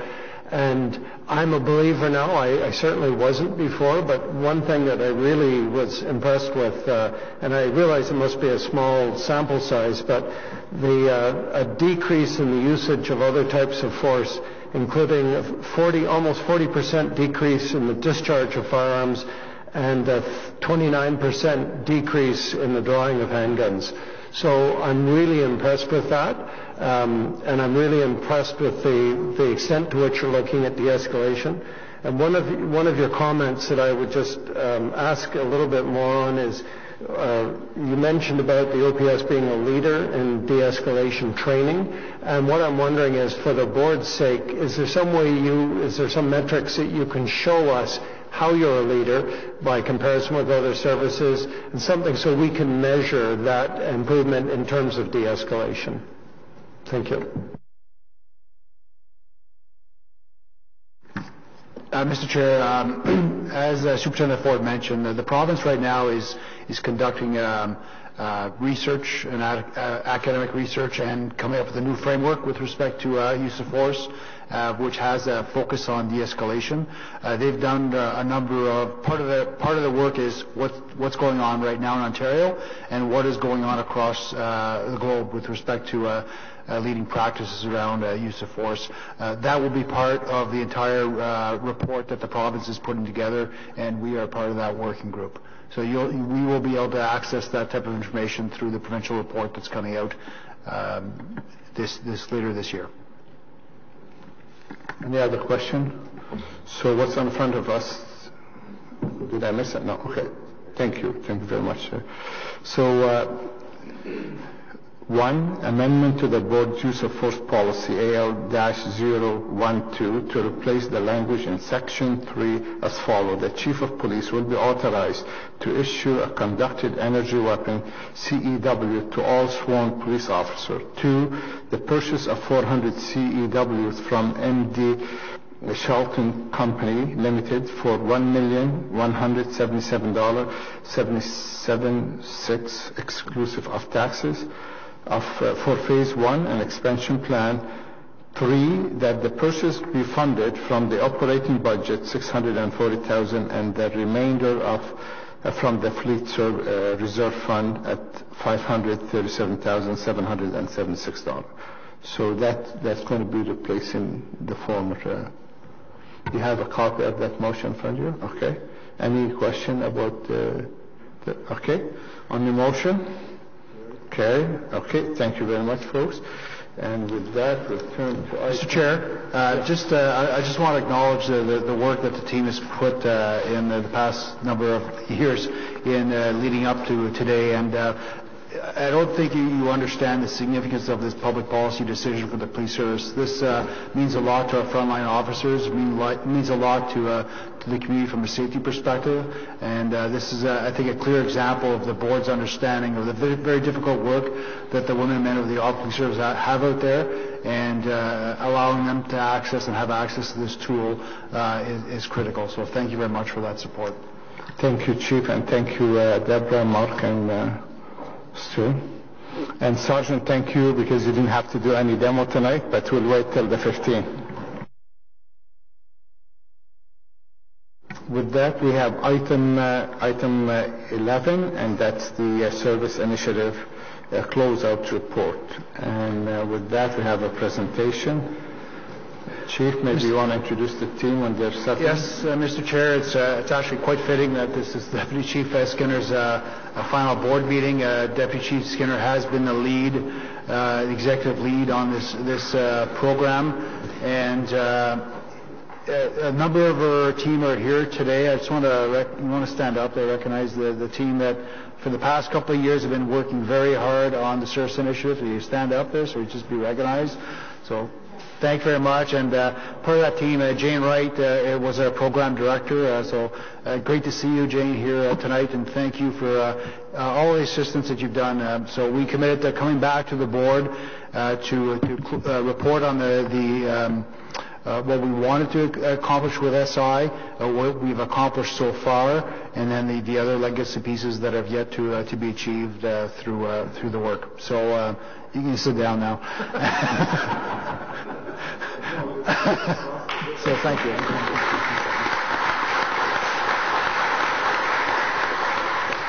So with that, I'll turn it over to Deputy Chief Skinner and Michelle Gauthier. Thank you very much, Chief. And once again, I sit here, but this is the work of many, many people. We have a team that consists of about a dozen people, but there were more than 200 members of our organization who have provided input from the outset of the project all the way through to the end, and they continue today to make recommendations for continuous improvement to the processes and structures that we've put in place. So as many of you are aware, our service, not unlike other police services, are challenged to deliver policing services in a city of growing population, changing demographics, increased crime, constrained budgets, all without compromising officer safety. At the direction of the board, the SI program was officially launched in 2014 to enhance and strengthen service to the public by assessing and aligning our focus on core policing responsibilities, identifying opportunities for efficiencies, and building a more sustainable policing model through restructuring and implementing changes to how we deliver our service. Over the course of several years, OPS has provided updates to the PSB on the largest transformation project since the 1995 city amalgamation. Today's presentation marks the final report of the service initiative to the board and will provide an overview of what was accomplished with the SI program. The service focused its efforts in 2014 by developing a target operating model, TOM, essentially developing a future vision of the service. The TOM provided the foundation of how the business should transform in all aspects, from how we envision day-to-day operations to how we manage the business side of the service. The TOM was created by the senior management of the organization and was presented to the PSB in 2014. Various directorates have been working towards realizing various aspects within the TOM, and this includes the Service Initiative Program. Having seen this diagram numerous times, I can tell you that initially it was very confusing. But we're going to try and take you through it one more time, and I think when we really break it down, you're going to see that it really does become much more simplified. This TOM visual was presented to the board and essentially became the roadmap for the SI program. At a high level, the TOM is divided into 4 quadrants with a center hub. The top left, which is the control quadrant, focuses on how we manage the various demands and priorities within the service. The bottom left is the resolve quadrant. This is how we resolve and action issues by improving communication channels, leveraging technology, and strengthening our key structures. For example, organizational design and our geographic deployment structure. Then we have the top right, which is the impact quadrant. This focuses on services and strategies to strengthen community engagement and partnerships, improving services to victims, identifying proactive activities that will have a positive impact on crime and social disorder. And then the bottom right, which is the manage quadrant. This identifies opportunities within the business side of the service, developing and implementing business strategies that will promote efficiencies, improve performance management, and resource management. And then the center hub, which is the control center. A central hub that will use real-time data to assist and drive both operational and strategic decision-making. It is fundamental to understand and appreciate the TOM as it drove the many projects within the Service Initiative Program. Before we demonstrate the program's achievements related to the TOM, it's important to illustrate the evolution of the SI program. Excuse me.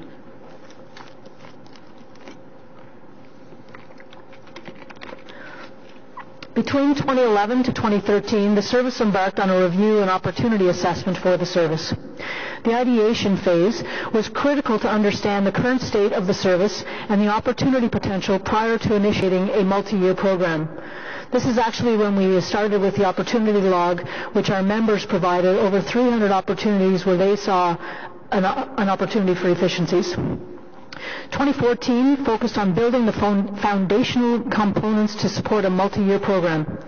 The key deliverables included the development of the TOM, the rationalization of the opportunity log, identifying and securing program resources, the development of the various project charters, the establishment of a governance model, and the identification of the executive sponsor, which was myself. The majority of the project work spanned over 3 years, 2015 to 2017. During this 3-year phase, the SI team, along with numerous working groups, initiated and executed many aspects of the 9 projects.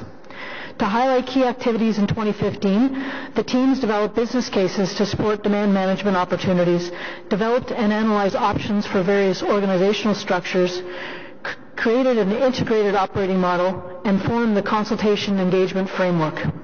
In 2016, project work focused on detailed design and included various implementation activities, such as the court service delivery model, the OPSOC control center, victim crisis unit service delivery model, and the investigation organizational restructuring, and the implementation of various online reporting. 2017 saw many aspects being implemented, such as the new frontline directorate structure, new sectors, approval of the community safety service strategy, seeing the launch of 2 formalized community networks, the demand for service system, enhanced IVR telephone system, court subpoena service delivery changes, and the development and approval of an integrated community policing strategy. And finally, 2018 marked the official closeout of the program with the continuation of major activities under the authority of the actual functional units. These initiatives include the Alternative Response Unit, the ARU, the Health IM and Guarding Mental Health Patients Project, the civilianization of the front desk, and the OPSTAT process. The OPSTAT stands for the Operational Performance Strategies and Tactics, and that's basically a meeting of the superintendents to determine where we need to be putting our resources based on evidence and data. So from the program's goals perspective, all of the work and investments over the past several years served to deliver on these 4 program goals, which were to improve the level of service to citizens of the City of Ottawa, enhance and strengthen community and agency partnerships, realize money and or person-hour efficiencies, and capitalize on cost recovery opportunities. The 6 delivery projects, service delivery projects, demand management, control center, frontline deployment, investigations project, organizational design, operational performance management framework, and the integrated community policing strategy and framework have all contributed to achieving these goals. The combined effort, commitment, dedication, and drive by many sworn of all ranks and civilian members, the SI project team and executive led to the following accomplishments in relation to the TOM. So we're going to go through this by quadrant. So the first, of course, is the center, which is the center of the target operating model, which is our control center, and we now call the OPSOC. So we approved a 3-phase control center strategy. We implemented the control center phase 1, now known as the OPSOC, and placed directive, proactive patrol sergeants within that OPSOC. The left top corner, the left side of the TOM. In moving to the left side, we concentrate on the demand management strategy. In order to build capacity for our members, we needed to look at how we delivered our services. Creating capacity allows for our members to focus on core policing activities.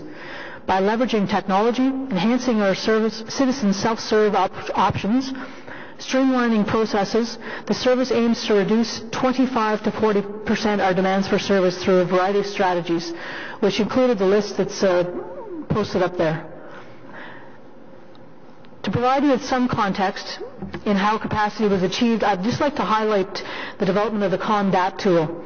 The COMDAT is a decision assist tool used by our communication center dispatcher to aid in determining the need to dispatch an officer to a call. By utilizing this tool and alternative response methods, it is expected that the service can redirect 41% of all P4 calls of the service. It also provides evidence when the call is redirected and somebody asks the question, why did you do this? We can have a consistent answer to the member of the public who has concerns. We also are now providing support to our members who are making these decisions. In the past, they may have been making on a gut feeling or based on their own experience. This now gives them evidence which to support their decision making. Continuing with the left side, the service partnered with multi-agency groups to enhance service, realizing efficiencies by launching a merit pilot in partnership with community members and agencies, approving a community safety services strategy, which included the introduction of formalized community networks in 2 different neighborhoods, completing a victim crisis unit case review, and leveraging partnerships with the Ottawa Victim Services to handle non-clinical responses for certain cases. This really put the right people doing the right type of work when it came to our victims' services. And we further developed and formalized an emergency access authorization initiative, which will come into play by July 1st of this year, which basically allows officers access to multi-dwellings for after-hours emergency calls. And we're also in progress with Guarding Mental Health Patients initiative, working very closely with our hospitals here in the city and trying to overlay some technology that we have through a grant that we've received. To improve and enhance our services, the service focused on improving its operational communication channels, leverage technology, and streamlining existing processes. Some examples of what was completed included the establishment of a demands for service system and process to identify, assign, execute, and report on proactive and reactive demands. I think this is one of those areas where it really shows that we now have evidence for what our officers are doing when they're not at calls for service. 300,000 calls for service, we can really give you good data on what it is that they're doing during those times. This demand for service now allows us to track that activity as well and to prioritize the work that we're doing in the community on a proactive basis and a reactive basis. For instance, marches and parades, those types of things.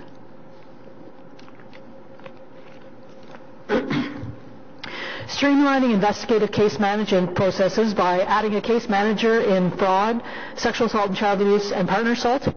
Enhancing case flow and assignment processes in break-and-enters, traffic, and youth.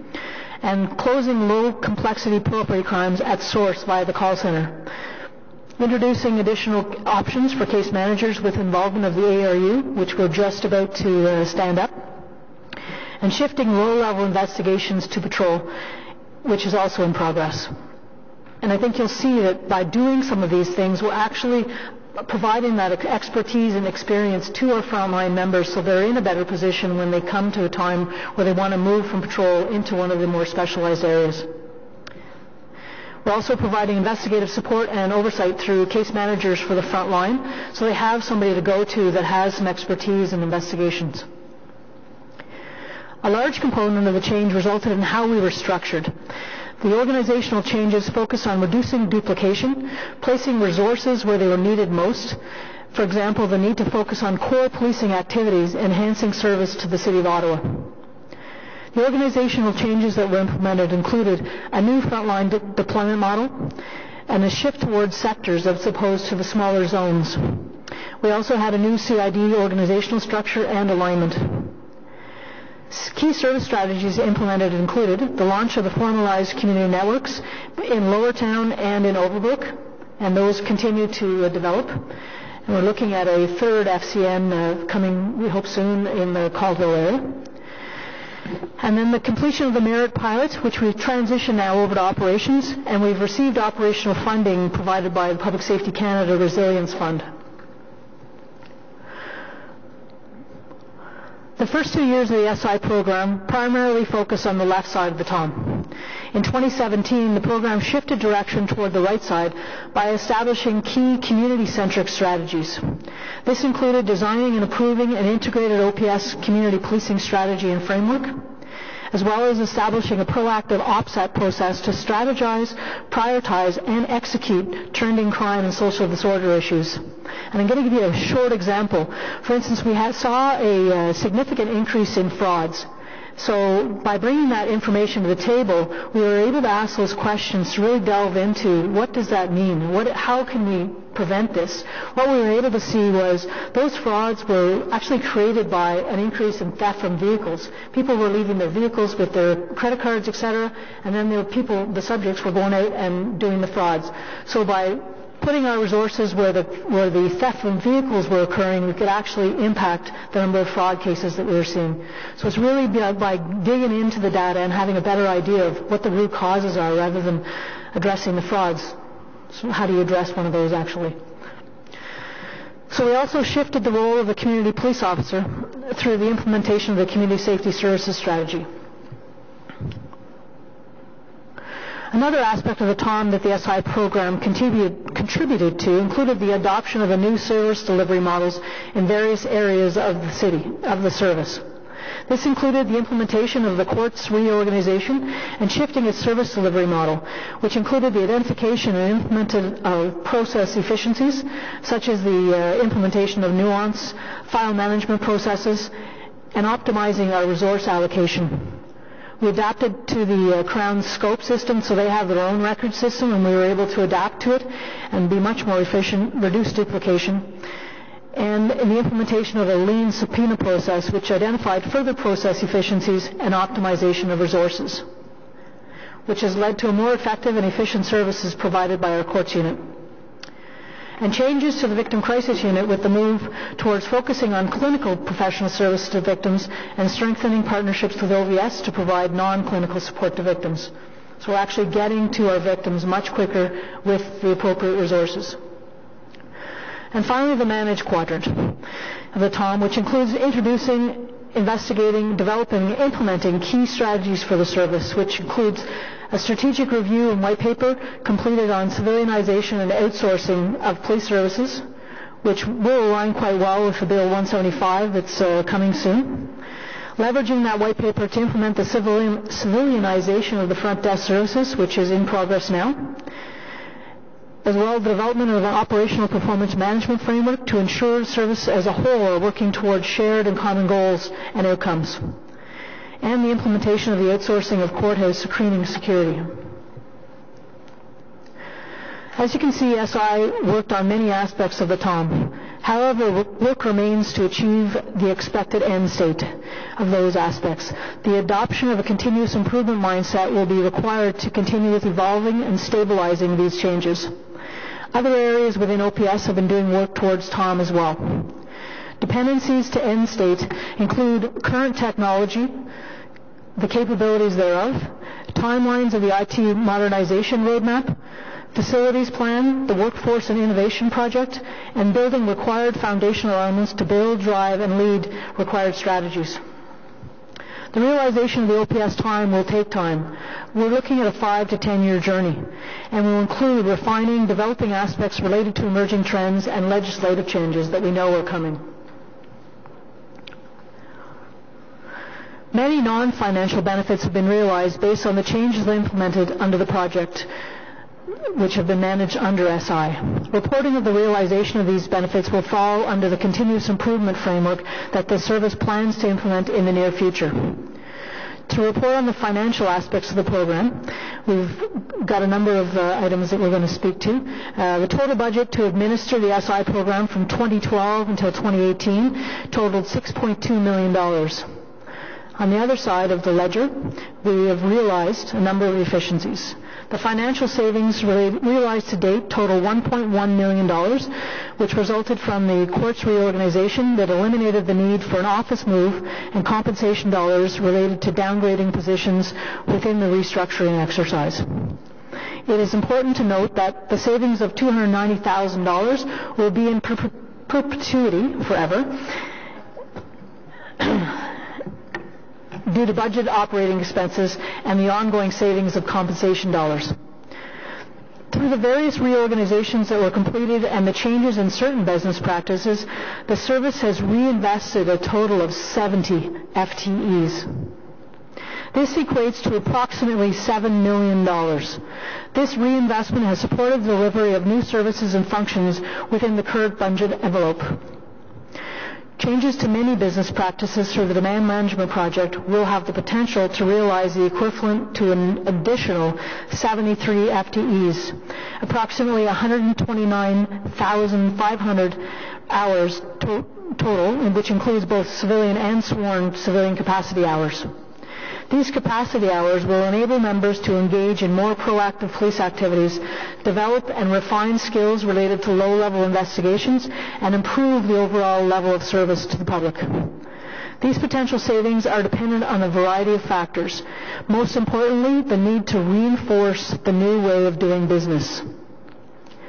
Totaling the actual and potential redeployable savings amounts equal to $14.3 million annually. Excuse me.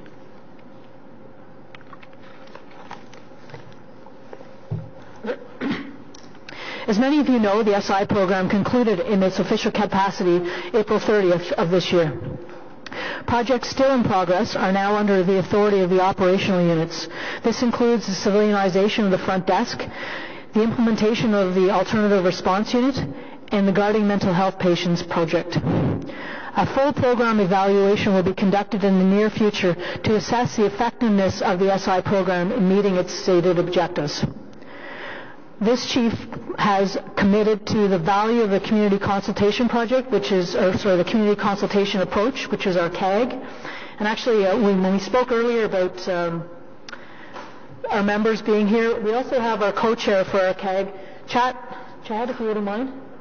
Chad Kikanowski has been our co-chair for the CAG and has been really instrumental in keeping the momentum going. Thanks very much, Chad. Really instrumental in keeping the community engaged with the CAG as it moved forward. We have a number of other members, and I think some of them are actually going to speak on their 5 minutes. OPS is also committed to continuous improvement through the creation of a continuous improvement structure.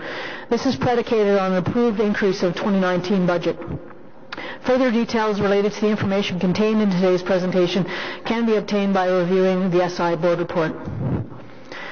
Throughout the journey of the SI, we have seen tremendous change. We recognize change is hard for policing, but not changing is even harder. The impact of change to our members has not been lost on any of us, and I trust that our leadership teams will continue to work with our members to continue to improve the structures and processes that we've put in place. As was indicated, we have a number of SI members here, and I really did want to ensure that Jane was centered out.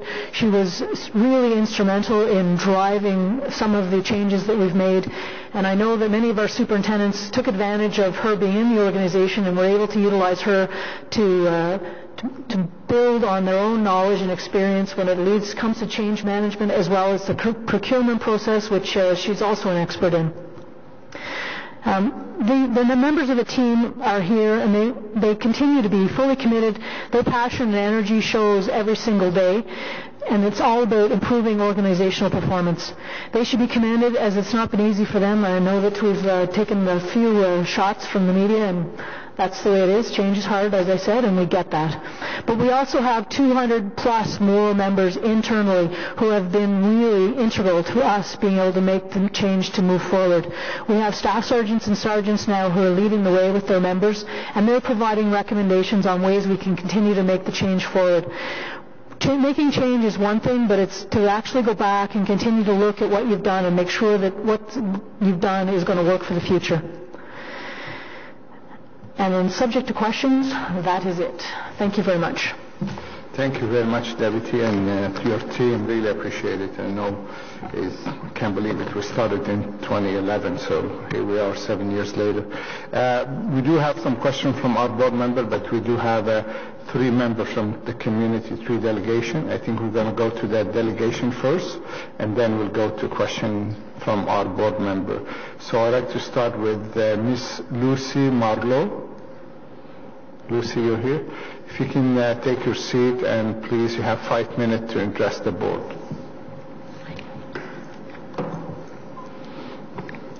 Hello, everyone. I wish I had more than 5 minutes because I would give probably a more balanced view of my experience, so I apologize if it seems to be more one-sided than the other, and also forgive me, I'm very nervous. But thank you very much for the opportunity to provide my comments on my experience with the SI Implementation Community Advisory Group. Again, my name is Lucie Marlowe. I'm the founder of Crime Prevention Vanier and the Neighborhood Watch Program volunteer coordinator in Vanier. See my button. I'm proud resident of Vanier. My main motivation in participating in the CAG was to advocate for neighborhood policing. And please notice that I used the word neighborhood as opposed to community. As opposed to community policing, given that the Ottawa Police Services has a very broad definition of community, which includes health and hospital services and the LGBTQ and Islamic groups, CDF, and other interest groups, areas whose OPS needs differ from neighborhoods. Being a member of the CAG was quite an investment on my volunteer time, dozens upon dozens of hours for sure. It's worth noting that the majority of the members of the CAG were paid staff. Those of us representing neighborhoods were volunteers. In retrospect, and should OPS undertake a similar exercise in the future, I would strongly recommend that the consultation start earlier and be divided into like-minded groups that require similar services from OPS. I'm slightly ashamed to say that 90% of the content of a year and a half worth of meetings was way beyond my ability to comprehend, let alone share what I was hearing with my fellow crime fighters in Vanier. So 90% of the changes that came with Service Initiative I can't comment on for better or for worse because I don't understand a lot of it. But the remaining 10 that has to do with neighborhood policing I do understand. A lesson learned that I'd suggest moving forward in the future is ensure that information provided is digestible and easily transferable to the broader community. Had someone asked me to summarize a meeting, I would not have been able to do so. I read the report very carefully, and I believe there is a false statement on page 5 where it says that the SII CAG members believe that their participation was instrumental. I think it's a bit presumptuous to state what members believe, and I do not recall being asked that question, so I challenge that assertion.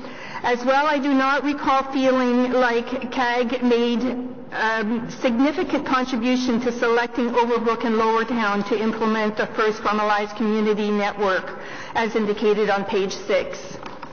As I stated, my main objective in participating was to look out for the interests of neighborhood policing, and to that end there were some successes. The extension of tenure duration for our community police officers and the transfer of knowledge between the departing CPO and his or her replacement, though this last gain is not mentioned in the closeout report, and the formalized community network. How much time do I have? I'll talk faster. Being a safety and crime prevention advocate in Vanier, I was particularly keen to be involved in the FCN, Formalized Community Network, but we were not consulted on what it would entail and how it would be implemented. I think I would have been a better a better contributor to its development and rollout plan than I was to the SI implementation. I have one uneasy feeling about the FCN. I find it somewhat disingenuous of the Ottawa Police to implement this project after the service initiative resulted in the elimination of our neighborhood officer positions and 5 of the 15 community police officer positions, which meant the expansion of the catchment area of the 10 community police officers.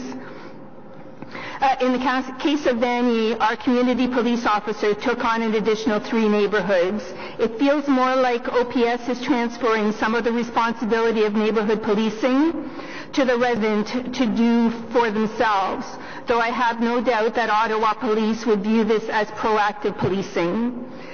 If you refer to the engagement and planning framework of the Formalized Community Network, it speaks of establishing neighborhood profiles, crime data, identifying stakeholders, engagement plan, roles and responsibilities, terms of reference, and so on and so on. That is a lot for a community to commit to, and very procedural, which is not always a good fit to the more organic way neighborhoods implement community safety projects. To the best of my understanding, there is no funding or additional resources allocated to neighborhoods to effectively undertake such a project. I reiterate my concern that OPS is somehow trying to arm neighborhoods to do its own policing as a result of OPS's decision to reduce its support to neighborhood policing. Lastly, I would like to give credit to the Community Advisory Group process for connecting me with 2 other neighborhoods, meaning Hintonburg and Lower Town, when it might have been, while it might not have happened otherwise. I'm happy to consider Cheryl and Thierry my comrades in arms, and for that I am grateful. Thank you very much. Thank you very much, Lucy. Merci beaucoup. Any question for the delegate? Okay, Member Smallwood. I wanted to say thank you very much for coming. It was, I think you had some really interesting comments, and I hope you're going to share them, because I'm sure there's some points that we could certainly learn from what you've had to say. So thank you. Thank you for saying so. Thank you, Lucy. Our next presenter is Cheryl Perra.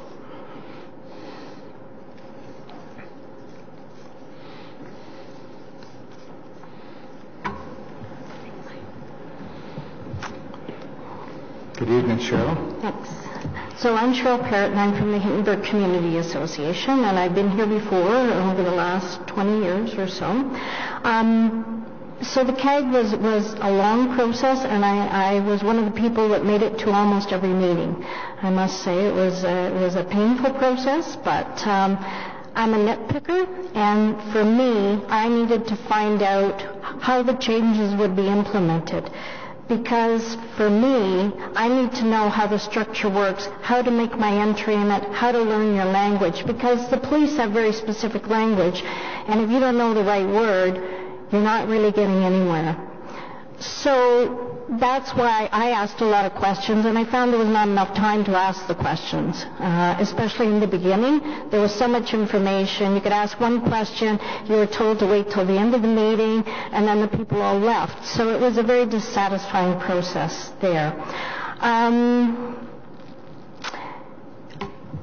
We need to have some continuing input on the procedures that you've created to improve them when they don't seem to be working for us. There's gaps right now. There's gaps in the reporting online. We still hear the rumors and people saying that they have been refused the ability to give a verbal report. And I just learned through your presentation, when I looked at the report, about the demand for service, which we were hoping would fill some of the gap of the neighborhood officers. But I've now learned the right word for it. I spoke to Mark Ford last month and I didn't have the right word. Now I know the right word. Is that some of the requests that the community is asking to put into demand for service to have officers on patrol back up the community officer are being put into situational awareness is the new term. And if you look at the little diagram in your report, it says that that's for information only and no action is required. So that's why last year, when we were hoping to see something happen, it didn't happen because it was termed situational awareness, so nobody did anything about it. So that backup for our community police officer was not there. So we need to work with you on a continuing basis to figure this out.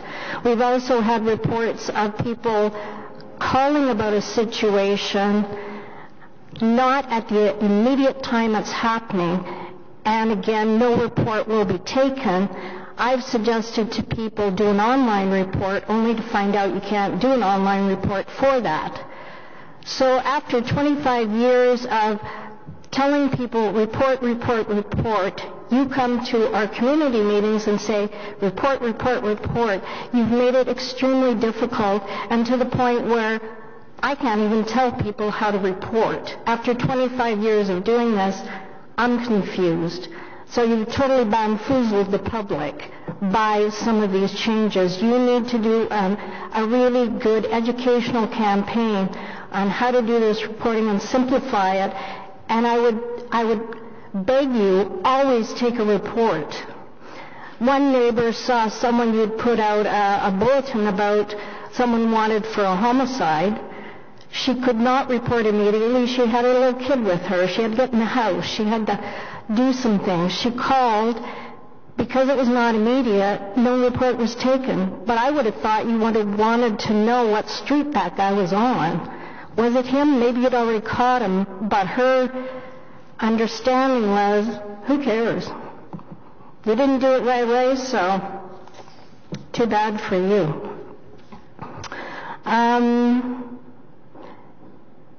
I have a number of other things, but I guess what I would ask you is to work out a way, rather than us coming to Police Services Board and just complaining about little things, work out a way that we can try to make this work. You've made the changes, some of them we're not happy about, but the changes are there, so let's see if we can't figure out a way to do it. And I guess, I'm frustrated enough with the process. I can't figure out your structure very well anymore, so I just pick a person, and they're the it person, and that's who I call, and right now, it's Mark Ford. So there you go. Expect some calls, because I'm not willing to try to negotiate through the process. So I have lots of other things, but that's it for today. Thank you. Thank you very much, Cheryl. Any question for Cheryl? Member Hubley? Just want to clarify, we obviously don't have enough Mark Fords out there, but we do have a lot of comments from the community about that the difficulty of reporting. So I'm just wondering, to respond to this presentation, does staff want to say something about what they're going to do about the reporting process? The education piece that you mentioned, and also to make sure that there's no gaps in how you can do a report? We were hoping to keep the question till after, but since the councillor... Okay. Superintendent Ford, I think that all the eyes toward you, so maybe you can answer that one. I think what you're referencing will come out in the evaluation, specifically to the reporting challenges that Cheryl speaks to. But I think in the interim, there can be efforts, I think, to work with Cheryl and others just to address, any misunderstandings or or not misunderstandings, because that puts it on you, but any clarification on reporting and expectations from a community standpoint. So I think this will be an ongoing dialogue, but I think the longer term is to look towards the evaluation that will be completed. Madam Deputy, you feel like you want to add something to this? The online reporting is a process that we continues to evolve. Unfortunately, some of it we are learning as well. Some of it we are learning that somebody is facing one of the challenges that you've talked, because I know I've talked to you about some of them, and we are continuing to work on trying to simplify some of those to allow certain types of crimes to still be included. Suspicious persons and drugs were the most incident type that we received a lot of inquiries for. How can I put this information in? So we've tried to increase the types that are able to be brought in, and unless we know the specifics of the challenges that people are facing, we can't address it. So it's good that you have Superintendent Ford to talk to, and I encourage anyone that has additional ways that we can improve. Right now it is Superintendent Ford, but we will continue to look at the way that we're doing business and try to improve those. And Mr. Chair, I'll also ask, I understand as well, I get the fact that we need to continue educating the public. We partnered with Crime Prevention Ottawa and held a session just last month on how to make the right call, and received some very valuable feedback as far as the impact of that. So those are the types of things that we're going to look to build upon to make sure that we're educating the community. And I agree with your point that we have to make it as easy as possible for the community to be able to report something, because that's what we want them to do. Mm-hmm. And sometimes it gets complicated. So try to finesse the system so it is less complicated, straightforward. Thank you, folks. And our final speaker is Mr. Harris, Terry Harris, from Federation of Citizen Association.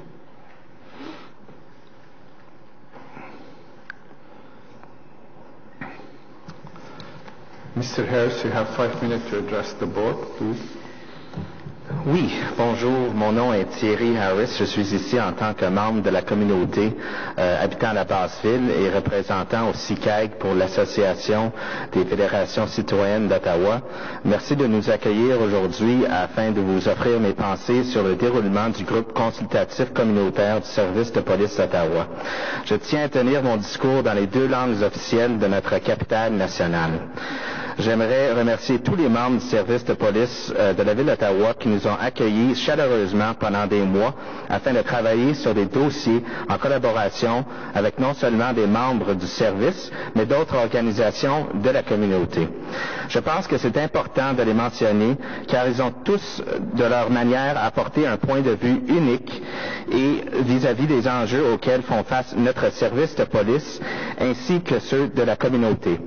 L'apprentissage de manière horizontale et le réseau de confiance qui s'est formé entre les groupes communautaires autour de la table du CICAG est, à mon avis, aussi importante que l'apprentissage vertical ou top-down qui s'est fait du service de la police à la communauté. Je me suis personnellement fait des nouveaux amis qui sont ici avec moi aujourd'hui et dans quelques années, lorsque l'on regardera en arrière, on pourra se dire on s'est rencontrés, entourés par la police et nous nous sommes jamais sentis aussi en sécurité. Donc, merci. J'aimerais aussi souligner l'important travail de Jane Wright qui a participé à toutes les rencontres et qui a fait en sorte que nous nous sommes retrouvés avec les bons dossiers au bon moment pendant la durée du CICAG. Your professionalism was exemplary, and I think it's important to extend this to the entire police staff who worked on the CAG for its duration over the months. We had a lot of questions, and you were always ready to answer them, so I thank you for that.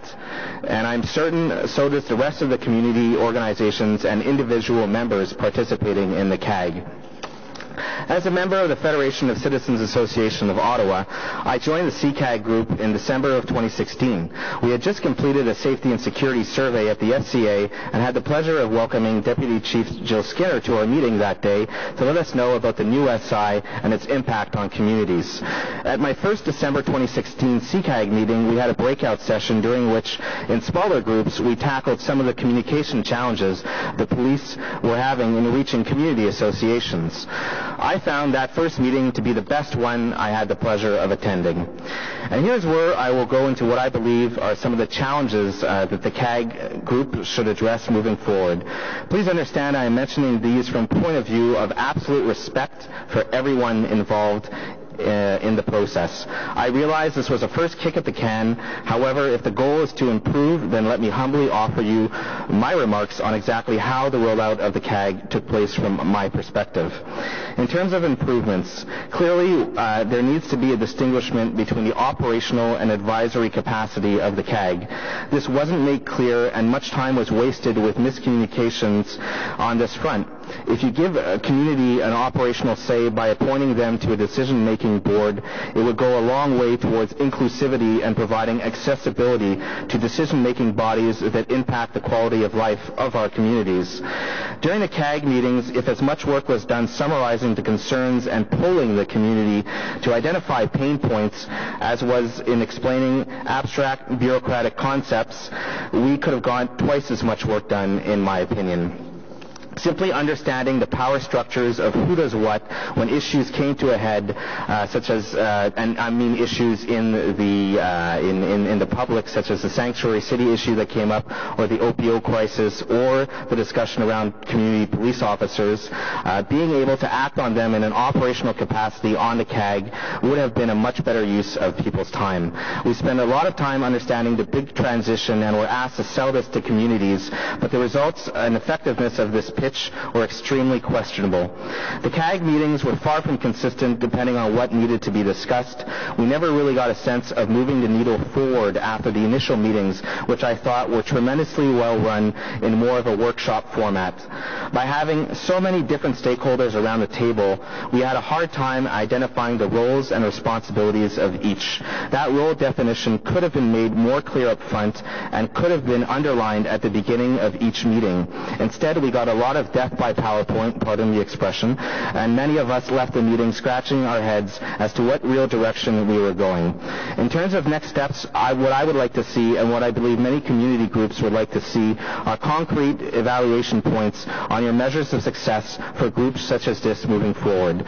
What are you doing to evaluate yourselves, and what are those measures of success? How do you transparently feed this back to the Police Services Board and to the community to build best practices and become a more effective group as a whole? To build trust with the community, you need to trust the community and encourage us to engage with you on a higher level than what is being currently done. Just because this is a long-term perpetual goal does not mean that we cannot remind ourselves of it every day we go to work and stand in service of the community. In terms of another concrete suggestion, and quickly wrapping them up, I would suggest of improving things. The next time, I suggest that perhaps a primer course could be developed similar to what is done for planning issues on how the Police Services Board operates, or how the CAG operates, or the police service operates. This will allow more community members to participate in that process and then be able to work on a new CAG or a new form of consultation models if there is a plan to have one in the future. So those are my remarks, and I'll just leave you with this quote from Carl Schurz. He was a former American Civil War veteran who went on to become a prominent advocate for civil service reform with our neighbors down south. He said, "Ideals are like stars. We never reach them, but like the mariners of the sea, we chart our course by them." So thanks again for listening and for all the work that you do for the community. Merci. Thank you very much, Mr. Harris, for your participation. And actually what I'm hearing is consistent from the three presenters and one of our colleagues who sat with you on that committee who cannot be here today.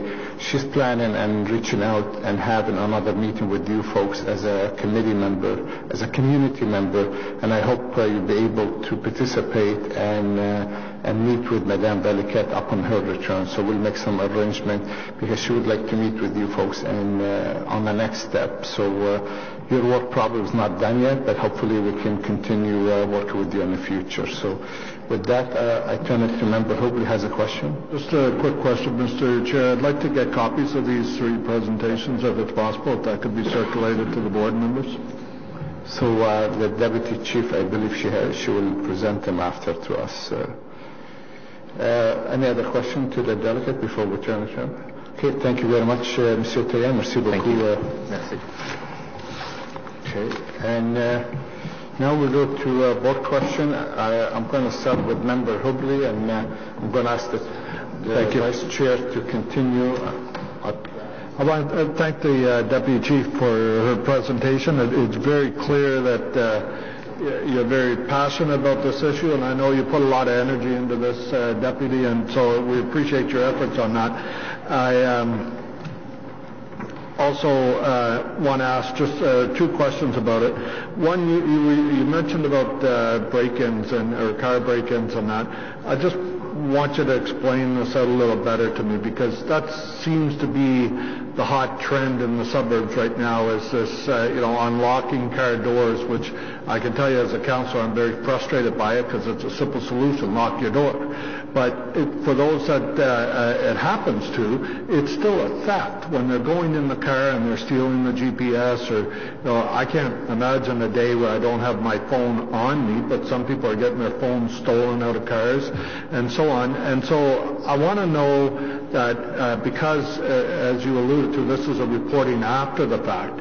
So is this going into what one of the presenters referred to as situation awareness, or are we actually tracking this? Because I think you can tell where the neighborhoods this is going on, and it's pretty regular. So go ahead if you want to address that, please. Thanks very much. Well, the offset is a process that allows us to do the crime trending that we're talking about. So the superintendents meet on a weekly basis with the two deputy chiefs, and the crime analysts provide the information on the crime trends that are occurring. Based on those crime trends, decisions are made on prioritization of our resources.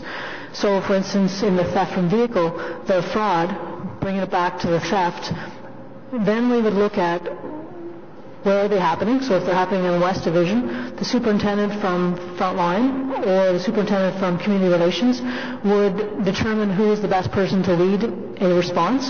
Then they would assign resources based on the complexity of the problem. For something like the theft from vehicles, often flooding an area with officers, increasing the community's watch over the area that's being impacted. There are many crime prevention activities that can take place, but a whole plan is put in place, an operational plan. It can be down to the sergeant level who is creating this plan, so it doesn't have to be something big and robust.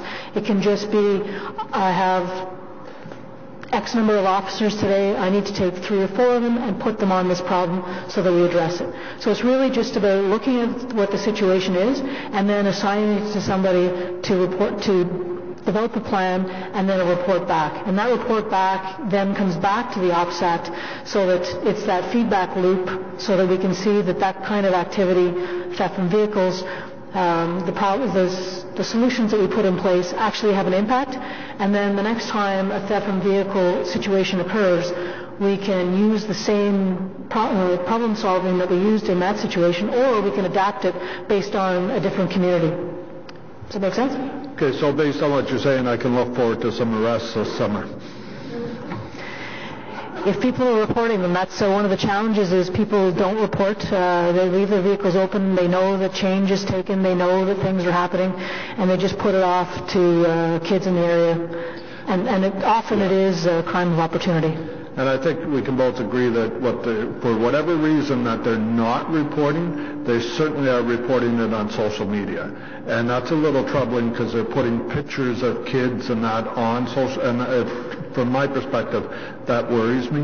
But I would like to know that we're going to get a hold of this issue. And, it's not 100 kids. It's a handful of kids that are doing this. And from what we're seeing in the pictures, it is kids. So if we could get a handle on it by the force this year, I'd appreciate it. I also want to mention to your presentation, one of the things I know myself and others, when we first heard of SI and saw the early plans of where you were going with this, there was a real focus on the impact to the community police officer program because the communities love their CPOs and they are so effective in bridging the gap between the community and the Ottawa Police Force.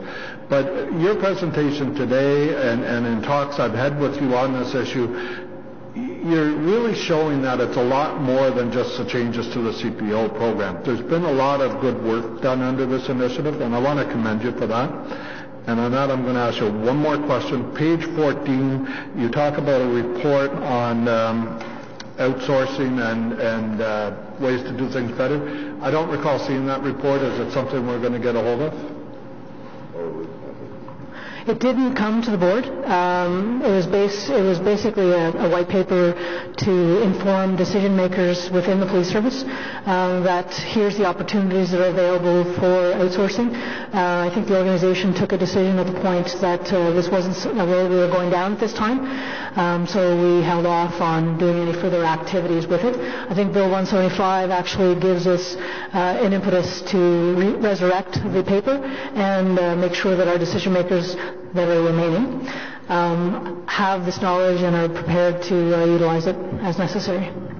I believe I have an inquiry out with the board, I remember asking the question last fall about options available for new revenue lines or outsourcing. So I'm wondering if as part of that we could get some of that information. Even though you're not ready to implement now, I think it would be helpful for the board and their decision making, especially around budget time and stuff, to have a sense of what you're looking at and why maybe that one didn't work, but what else could be looked at. So, Chief, if you could just take that as a takeaway, we can talk more about it at the, between meetings. Okay, thank you. Thank you again, Deputy. Thank you, Mr. Chair.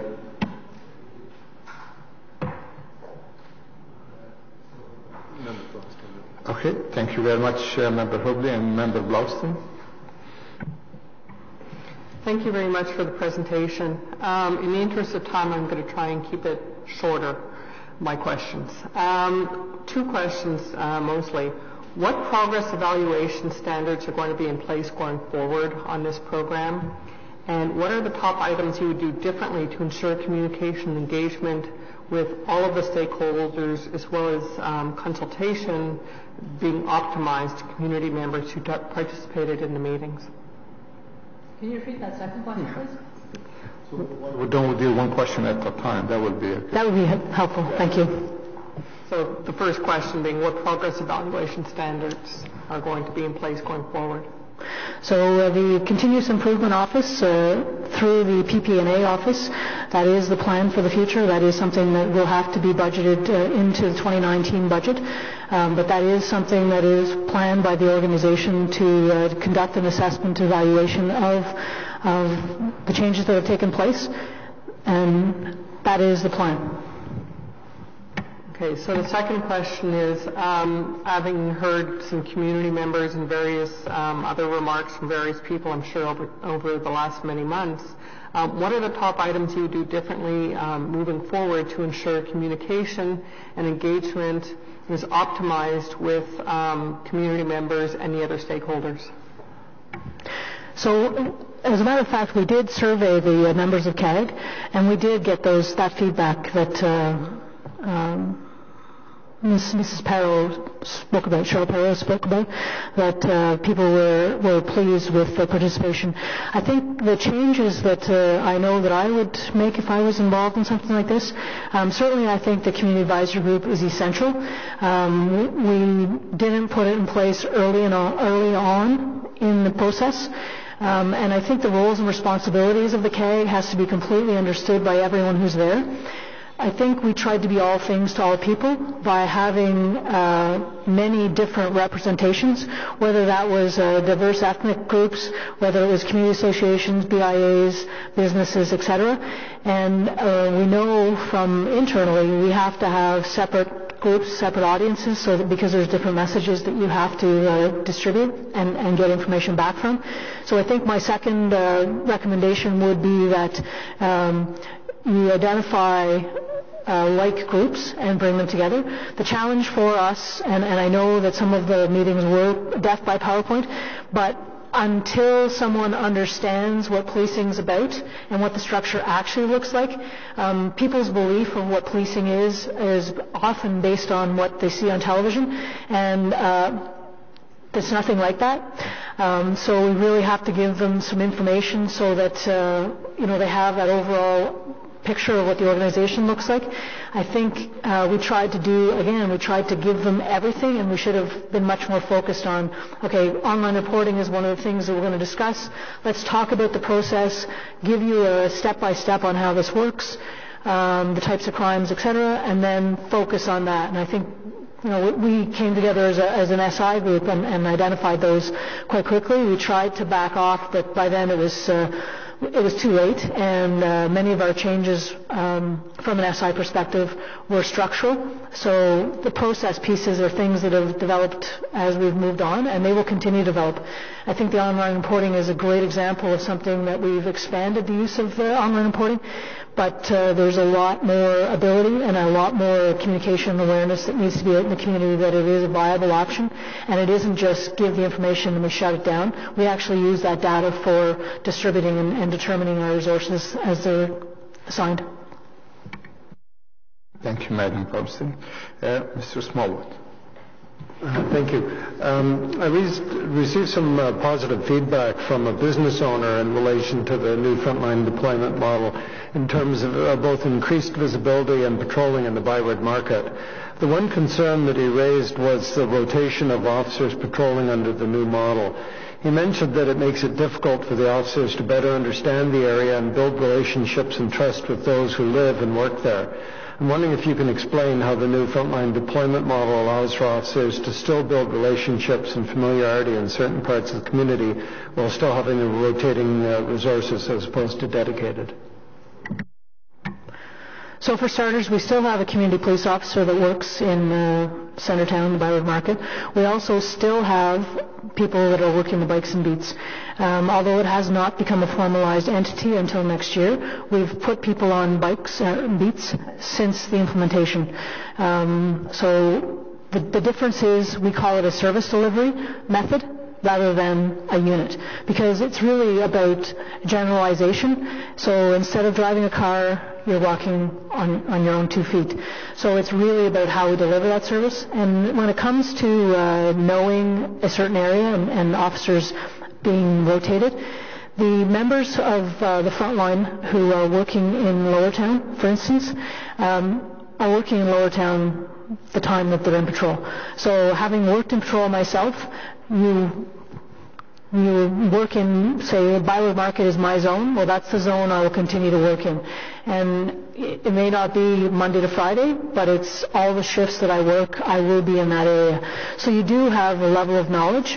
The challenge that I know is that exists today is not having that point of contact, and I think there's good and bad to that, right? So the fact that someone from the BIA can call Sergeant Johnny and get Sergeant Johnny to respond to an issue is great for the member of the BIA and Sergeant Johnny, but from an organization's perspective, we need to prioritize our resources, and it can't just be based on relationship. We have to look at the prioritization of the call for service and not give one entity a higher level of service than another if the prioritization of that work doesn't meet the criteria. So, are people working in the same area? Yes, they are. Do we have people working in the beats? Yes, we do. Will that improve over the next year? Yes, it will. We're going to increase those numbers. We had to wait until the annual leave draw, which occurs after May of this year. So you'll see an additional number of people who are assigned full-time to the Bikes and Beat Squad, and they will be there for whatever the tenure of that position is. Thank you very much, folks. So I did receive a couple of questions/comments from Member Velikat. As you know, Member Velikat was the board appointed to work with the SI team and the community. So on behalf of Madame Velikat, I want to say thank you to the community member and also to the SI team for their hard work on this one. I spent a night with Inspector Rob Dunlop, and we talk a lot about SI, and he summarized it so nicely. What did I say? Drummond. I said Dunlop. Dunlop got the credit even when he's not here. Jamie and Rob look alike. I think.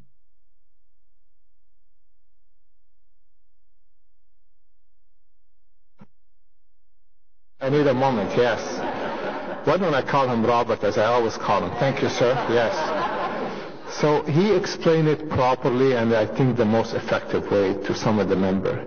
He said Before he joined the SI, he was a critic of the SI.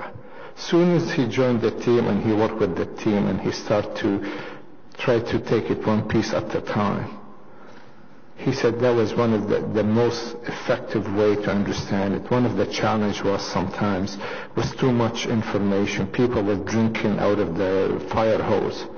And that was a challenge. Sometimes it's not easy for folks to, and changes always have a negative spin before anything else. I don't like spin. And I said it to you before, police officers hate two things equally, the status quo and the change. So you can just imagine the challenge with the SI. But nevertheless, we start to see a good result, and I hope the future will show our investment in the SI. But one of the questions Suzanne has asked specifically, how we're going to manage or how we're going to monitor the saving in the future. That's one question. And second, how could we keep the community member engaged working with us to keep them engaged with this? So I'm not sure if you, Deputy, going to answer this or the Chief, but I'm looking at you for now, so we'll start with you. I think we've had enough discussions about this that I think the executive is all under the understanding that this is something that we're going to have to continuously monitor and evaluate and continue to make changes. The things that we put in place may not be the final result. You can develop any model you want. Until you put people into it, you don't know how it's going to react. And then you add on the community, and that's a whole other entity. So now you have a whole lot of people trying to understand the way the processes work, and they have changed. But in my view, they have changed for the better. I know that there's some areas that can still use improvement. And when you say, what are we going to do to continue that? Well, we have a cadre of superintendents and inspectors and staff sergeants who are here as leaders of this organization, and the impetus, the requirement is on them to continue to monitor and make changes for positive. I know we talked about it today at lunch. It really is about being focused on the good of the organization and not focused on the good for me.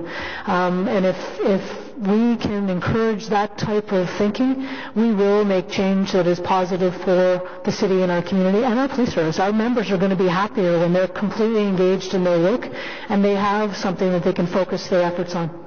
Because they came here for a reason. They came here because they wanted to help, and we have to reinvigorate that with strong communication all the way through the chain of command. Well, thank you very much. Any other question from our caller? Well, Deputy Chief, first of all, congratulations and thank you for completing this project before your retirement, and hopefully our member Valiket, when she comes back on her return, she can reach out to the community member, and we keep those folks with an engagement at some way, and we can work with the superintendent in charge, and we'll move forward on this. With that, I want to thank you on behalf of the board, and maybe I'm going to get up and shake your hand and give you a hug, if I may, because this file has been here for such a long time, and I want to thank you for this, Joe. Thank you. Thank you very much. I think the one thing that I would add is I continue to be a member of the community here, and if you think that these people are going to be hard on the organization, wait till I'm on the outside looking in.